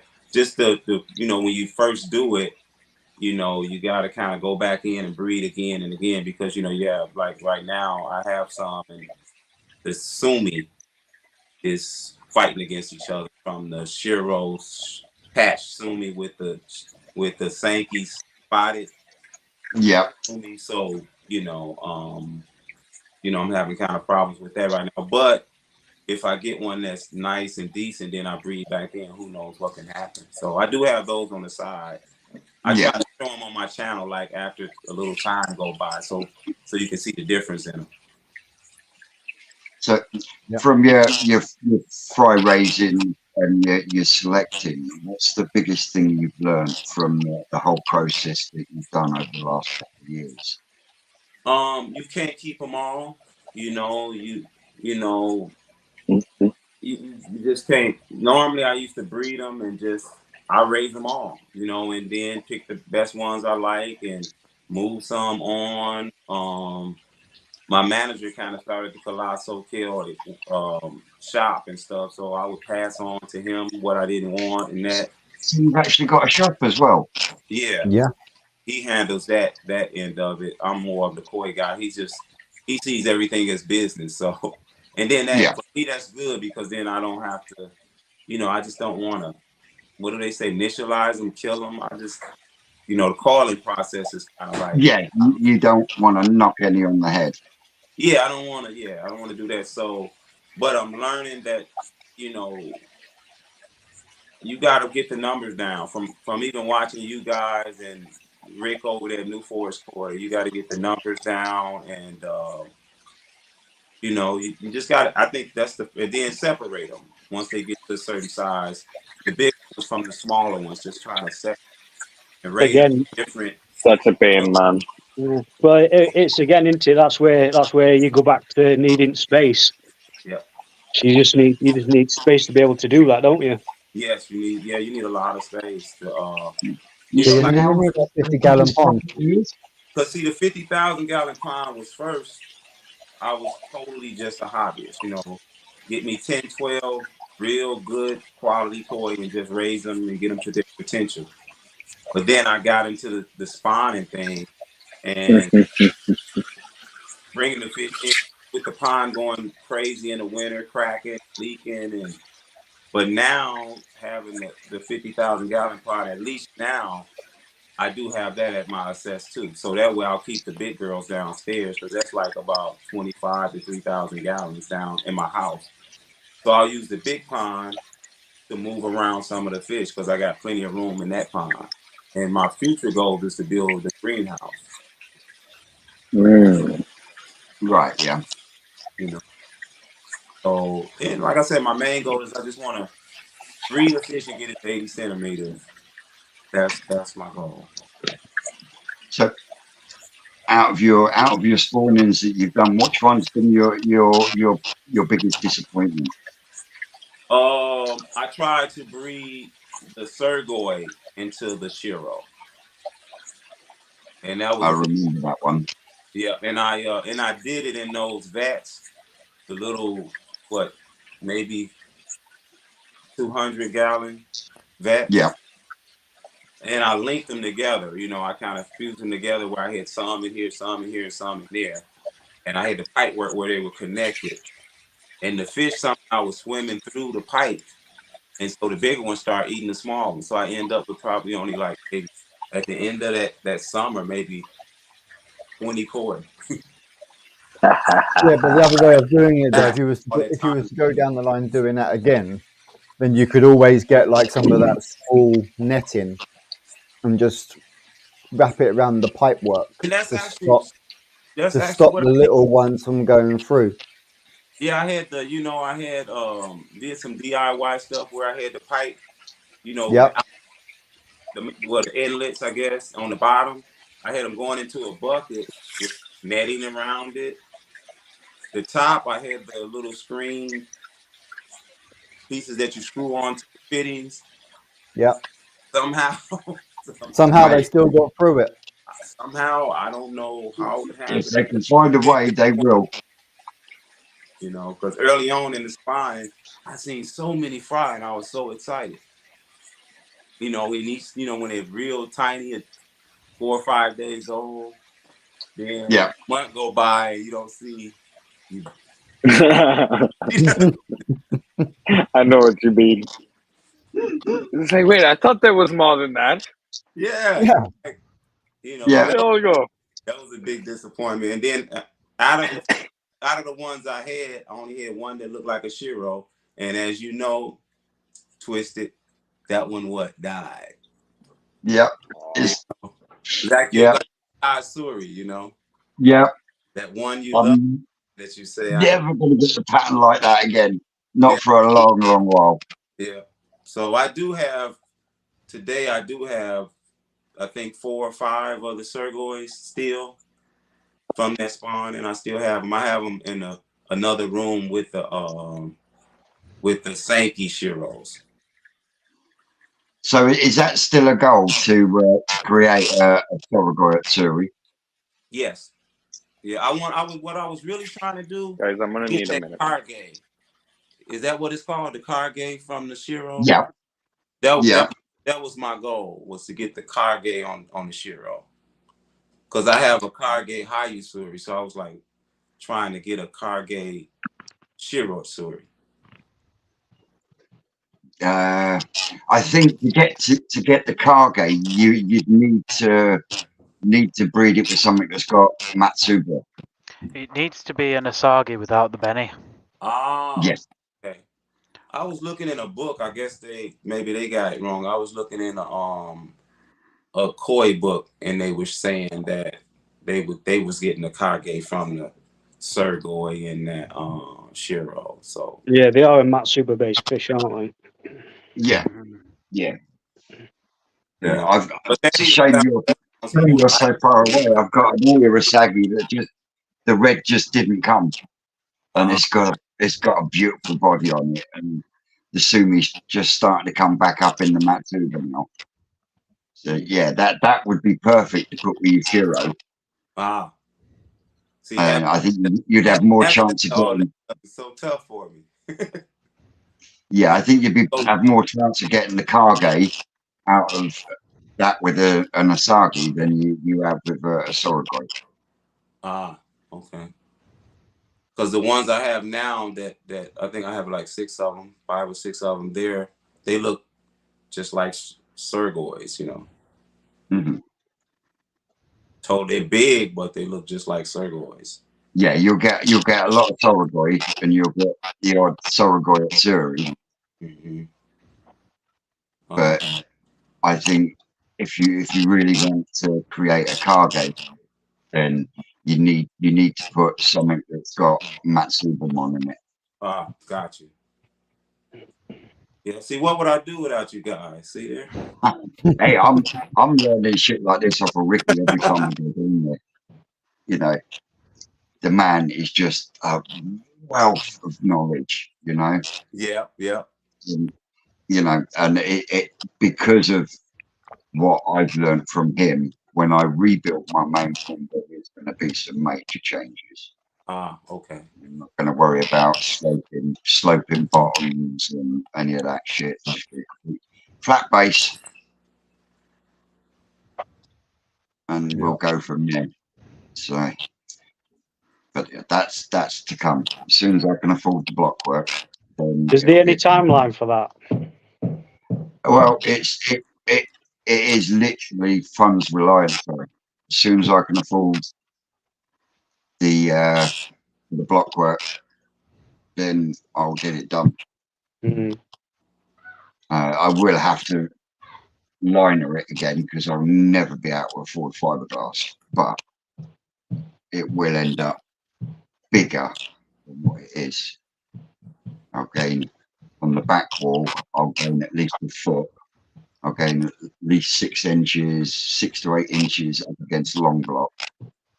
And then it's going to get squared up. So I've got a big triangle of ground that's going to come out. So the wall runs in line with the long block wall. How can you make your pond any bigger than it is apart from squaring it up? That's what I'm doing. I'm squaring it up, and I'm going to take all the beveling out, flat bottom it, and like I say, I'm gaining a foot that way. So you've got a foot by 12 foot by in depth extra, plus that big triangle from squaring it up. Mm. So it will give me a much bigger pond than what I started with in that respect. And it's not like it doesn't need doing, because honestly, if you could look down this back wall, you would the decking is nice and straight, but underneath that decking, that back wall is starting to bow. Mm. It's starting to push the fucking fence post out on next door fence. So, Did you ever sort that problem where your liner was starting to peel away? No, I'm still losing. Literally just by his arm. I'm still losing 2 inches over every like 3 days. Oh, wow. So yeah, it just gets topped back up, and that's all I can do at the moment. Yeah, everything is done depended on that one. What, start worrying when it starts leaking into conservatory? Pretty much.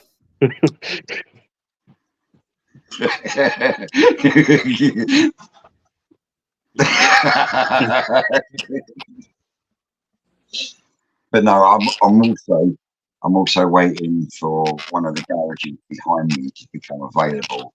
Then I can pick up blocks here and there. And I've got a spare couple of quid and start stacking and storing them ready. Huh? So George just turned around and said you can pick up some free blocks on Marketplace. That'd be good, George, but I don't have face arse.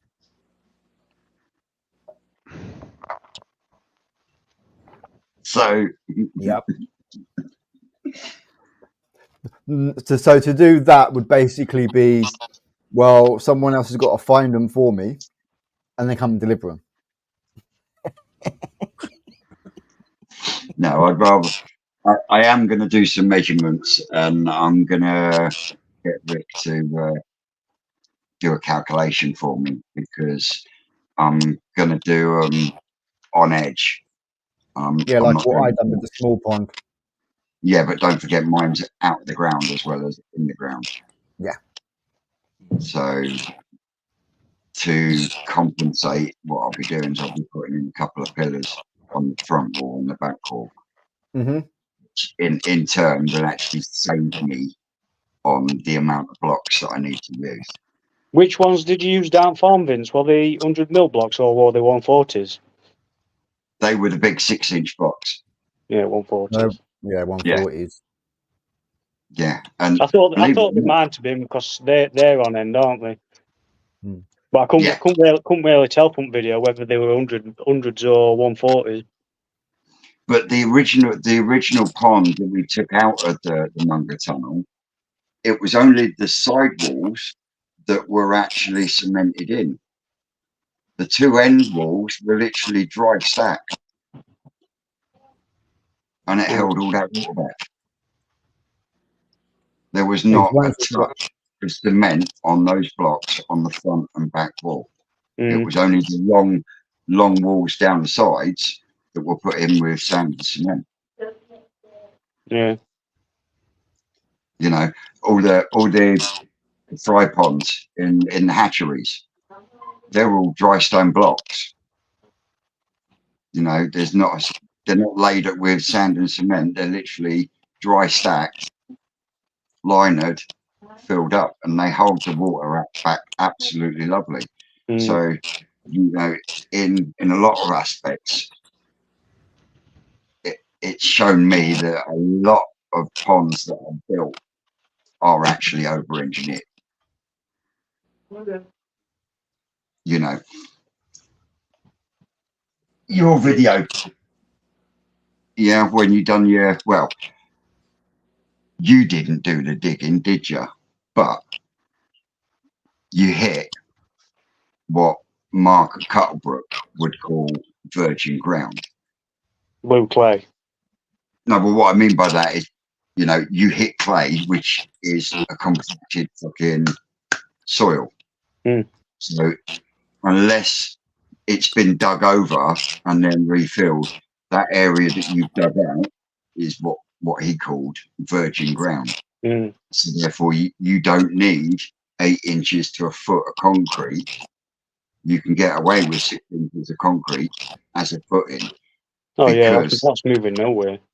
it's not going anywhere, you know, and that's why a lot of people over engineer their bases because they end up putting in a foot of concrete that if they've gone down 4 foot and that area has never been dug in the last 20 years plus, that ground's going nowhere. So why do you need to put a foot of fucking concrete in with a load of hardcore? You know, so again, you see what I mean? It's over engineered. Mm. It varies from place to place, doesn't it? Because everybody's got different ground, haven't they? So Soil. Yeah, yeah, definitely. All of the ponds that I've seen at my previous workplace, they're all single skin concrete block, so they're not laid flat. You know, and they're on, 2,500 gallon raised out of the floor. mm.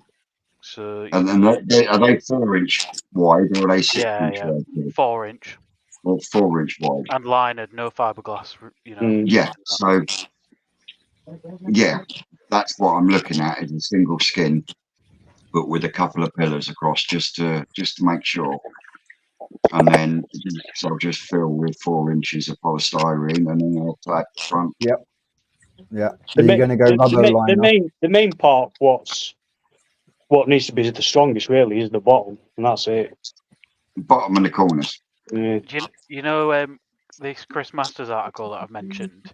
His pond Yeah. doesn't have a concrete base. He's just laid the fiberglass on like a dirt floor. There's no concrete base on the bottom. 7,000 gallons that is. Wow. There you go. And that's been there for 30 odd years. Great. And Yeah. that single skin block. It's like I think it might not even be the 4 inch. I think it's like 3 inch, but he did 2 layers of fiberglass. So, and I think he believes that the fiberglass in itself is, line is different, obviously, but fiberglass itself is quite strong. Yeah. Mm. But what I don't get is people they'll build a pond that's in the ground and out the ground. So they go in the ground by about 3, 4 foot and out the ground by about a foot. And they put a concrete base in, okay, really good. But then you've got almost 3, 4 foot of soil there. Why the fuck do you need to lay all them blocks that are on the floor on that soil area. Yeah. Mm. Why can't you build them on edge? And then when you get level with the ground, put another little concrete collar in and then lay your blocks flat. Mm. Can you see what I mean? Because you still got a flush edge. I suppose But you just have to let you're your not- blocks go off, on the single skin. You'd have to Mhm. let them blocks like go off and then lay the. But what you're saying is right. But I think a lot of people just rush it, don't they? They're just so excited to get bloody, Yeah, Yeah, first people story. want Water in the ground. full as Yeah. possible, don't they? blocks the block's sake. Can you see what I mean? Mm. What are you? The pond that you showed us in India, Sid. That's like Yeah, concrete. What is it? I can't. all of Can't them remember. are RCC. Yeah. Completely different Yeah, to so anything we see over here. yeah, they're all made out of straight poured concrete, with metal inside to support the structure, and that's at least for the base that we do. And then after that, we do the piping and brickwork and then plastering. So it's all done like similar to how you do a swimming pool without the tiles. You Mm. know, at least that's how I look at it. It kind of works out a lot more permanent. It's not going anywhere. Otherwise, good liners are really hard to find here, man. They're really hard to find here, and you're just constantly swapping out liners all the time. It's just easier to just do it in concrete, right? So what are you actually water sealing the concrete with? So it's like a rubberized paint. There are water sealants that you can use. I mean, there's waterproofing that you can use in the concrete mix as well. So I use that, and that's kind of what I primarily rely on. But then the final coat that I put on will be a rubberized paint, like a And black rubberized paint. is it smooth or is it rough, like to touch? The paint, Mm. it's like it's butyl. I think that's what it's called, butyl. What? So like the rubber from the tire tube of a motorcycle, it's almost literally the same thing, Right. Okay. but a liquid version of it. So you could push it with your nail and you'll feel it being soft, Okay. Yeah. But no and worries about fish like swimming against it or anything like that. no No. stress, man. No stress. I Yeah. mean, see, a fish that's splashing is gonna go and hurt himself Yeah. regardless of what you do. Yeah. Yeah. Obviously, like if you've got sharp edges and stuff, then that's a problem. But we don't do sharp edges. No. Um, and the material itself is not rough at all. So No. I it's believe really that's a smooth. similar method to what they use in Japan. To be fair, Mm. more similar Yeah. than what we do over here with the blocks. I think they'd look at Hmm. what we do and go, "What a bloody waste of money." With all the blocks and stuff like that. I think there was an interview with Mike Snaden from Umicore. He said the same thing. Like the breeders go around to his place and go, "What on earth is this?" But I think Mike's got his Yeah, methods and he sticks to them and everything else. But I think the Japanese are just so simple in what they Hmm. do. We complicate yeah. it. I was lucky to visit Mike Snaden's house before he moved to Japan, and that inside pond of his, that was just something else. Absolutely something else. Mm. I never got around to seeing any of it. Well, No, is there any of it on YouTube at all? I'm sure there must be something on there. Mark's got loads of videos on YouTube. I don't know whether there's any result I don't know place. if he's got any of his old house and his old Mm. systems. I think Chip's got a video on there a big old long time ago, but it was Yeah, I seem to remember watching something. Yeah. Oh, there's one on Chips, and I'll scroll back. That I'll yeah. other scroll back on Chip's channel and have a look. that guy Kevin Ellis, the koi nerd, he Geez, has a lot of Mike's. I used to watch that on Vimeo. yeah, yeah. I used to watch Kevin on Yeah, Vimeo. I watch that stuff, and they be at it all the time. Yeah, Yeah. Kev's a legend, isn't he? Yeah, Oh, mate, love that I guy. was gutted that he didn't continue on YouTube, but someone told me that he's no longer got his pond either. Really? Oh, Wow. I think he's mainly focusing on his fishing now, isn't he? I think so, yeah. He's a But professional yeah, fisherman or something. I don't know what he He does, does a but lot out. He does a lot out at Rainbow Lake and that, doesn't he, in France? yeah, yeah, definitely. yeah. So how thick was the rubberized paint that you used, G, when you done the big pond? It's sort of like what Sid was saying. It's like it. You don't have to mix it or nothing, but it's more like tar, like a tar substance. Because you had to put 3 coats on, didn't you? Yeah, I actually did 4. Yeah, 4 coats. So, Very expensive, but so far it's doing what it says on the tin. so how many coats do you put on, Sid, when you use the product that you use? Do you only just use the 1 or Maximum 2? two. Maximum 2 coats, and that too if the person that's building the pond is like super worried, about it holding water, then I do 2 coats. Otherwise, I normally get away with 1. I can basically get the pond to hold water just in bare concrete construction. If the waterproofing in the mix is done right, you don't need jack squat to hold that water in there.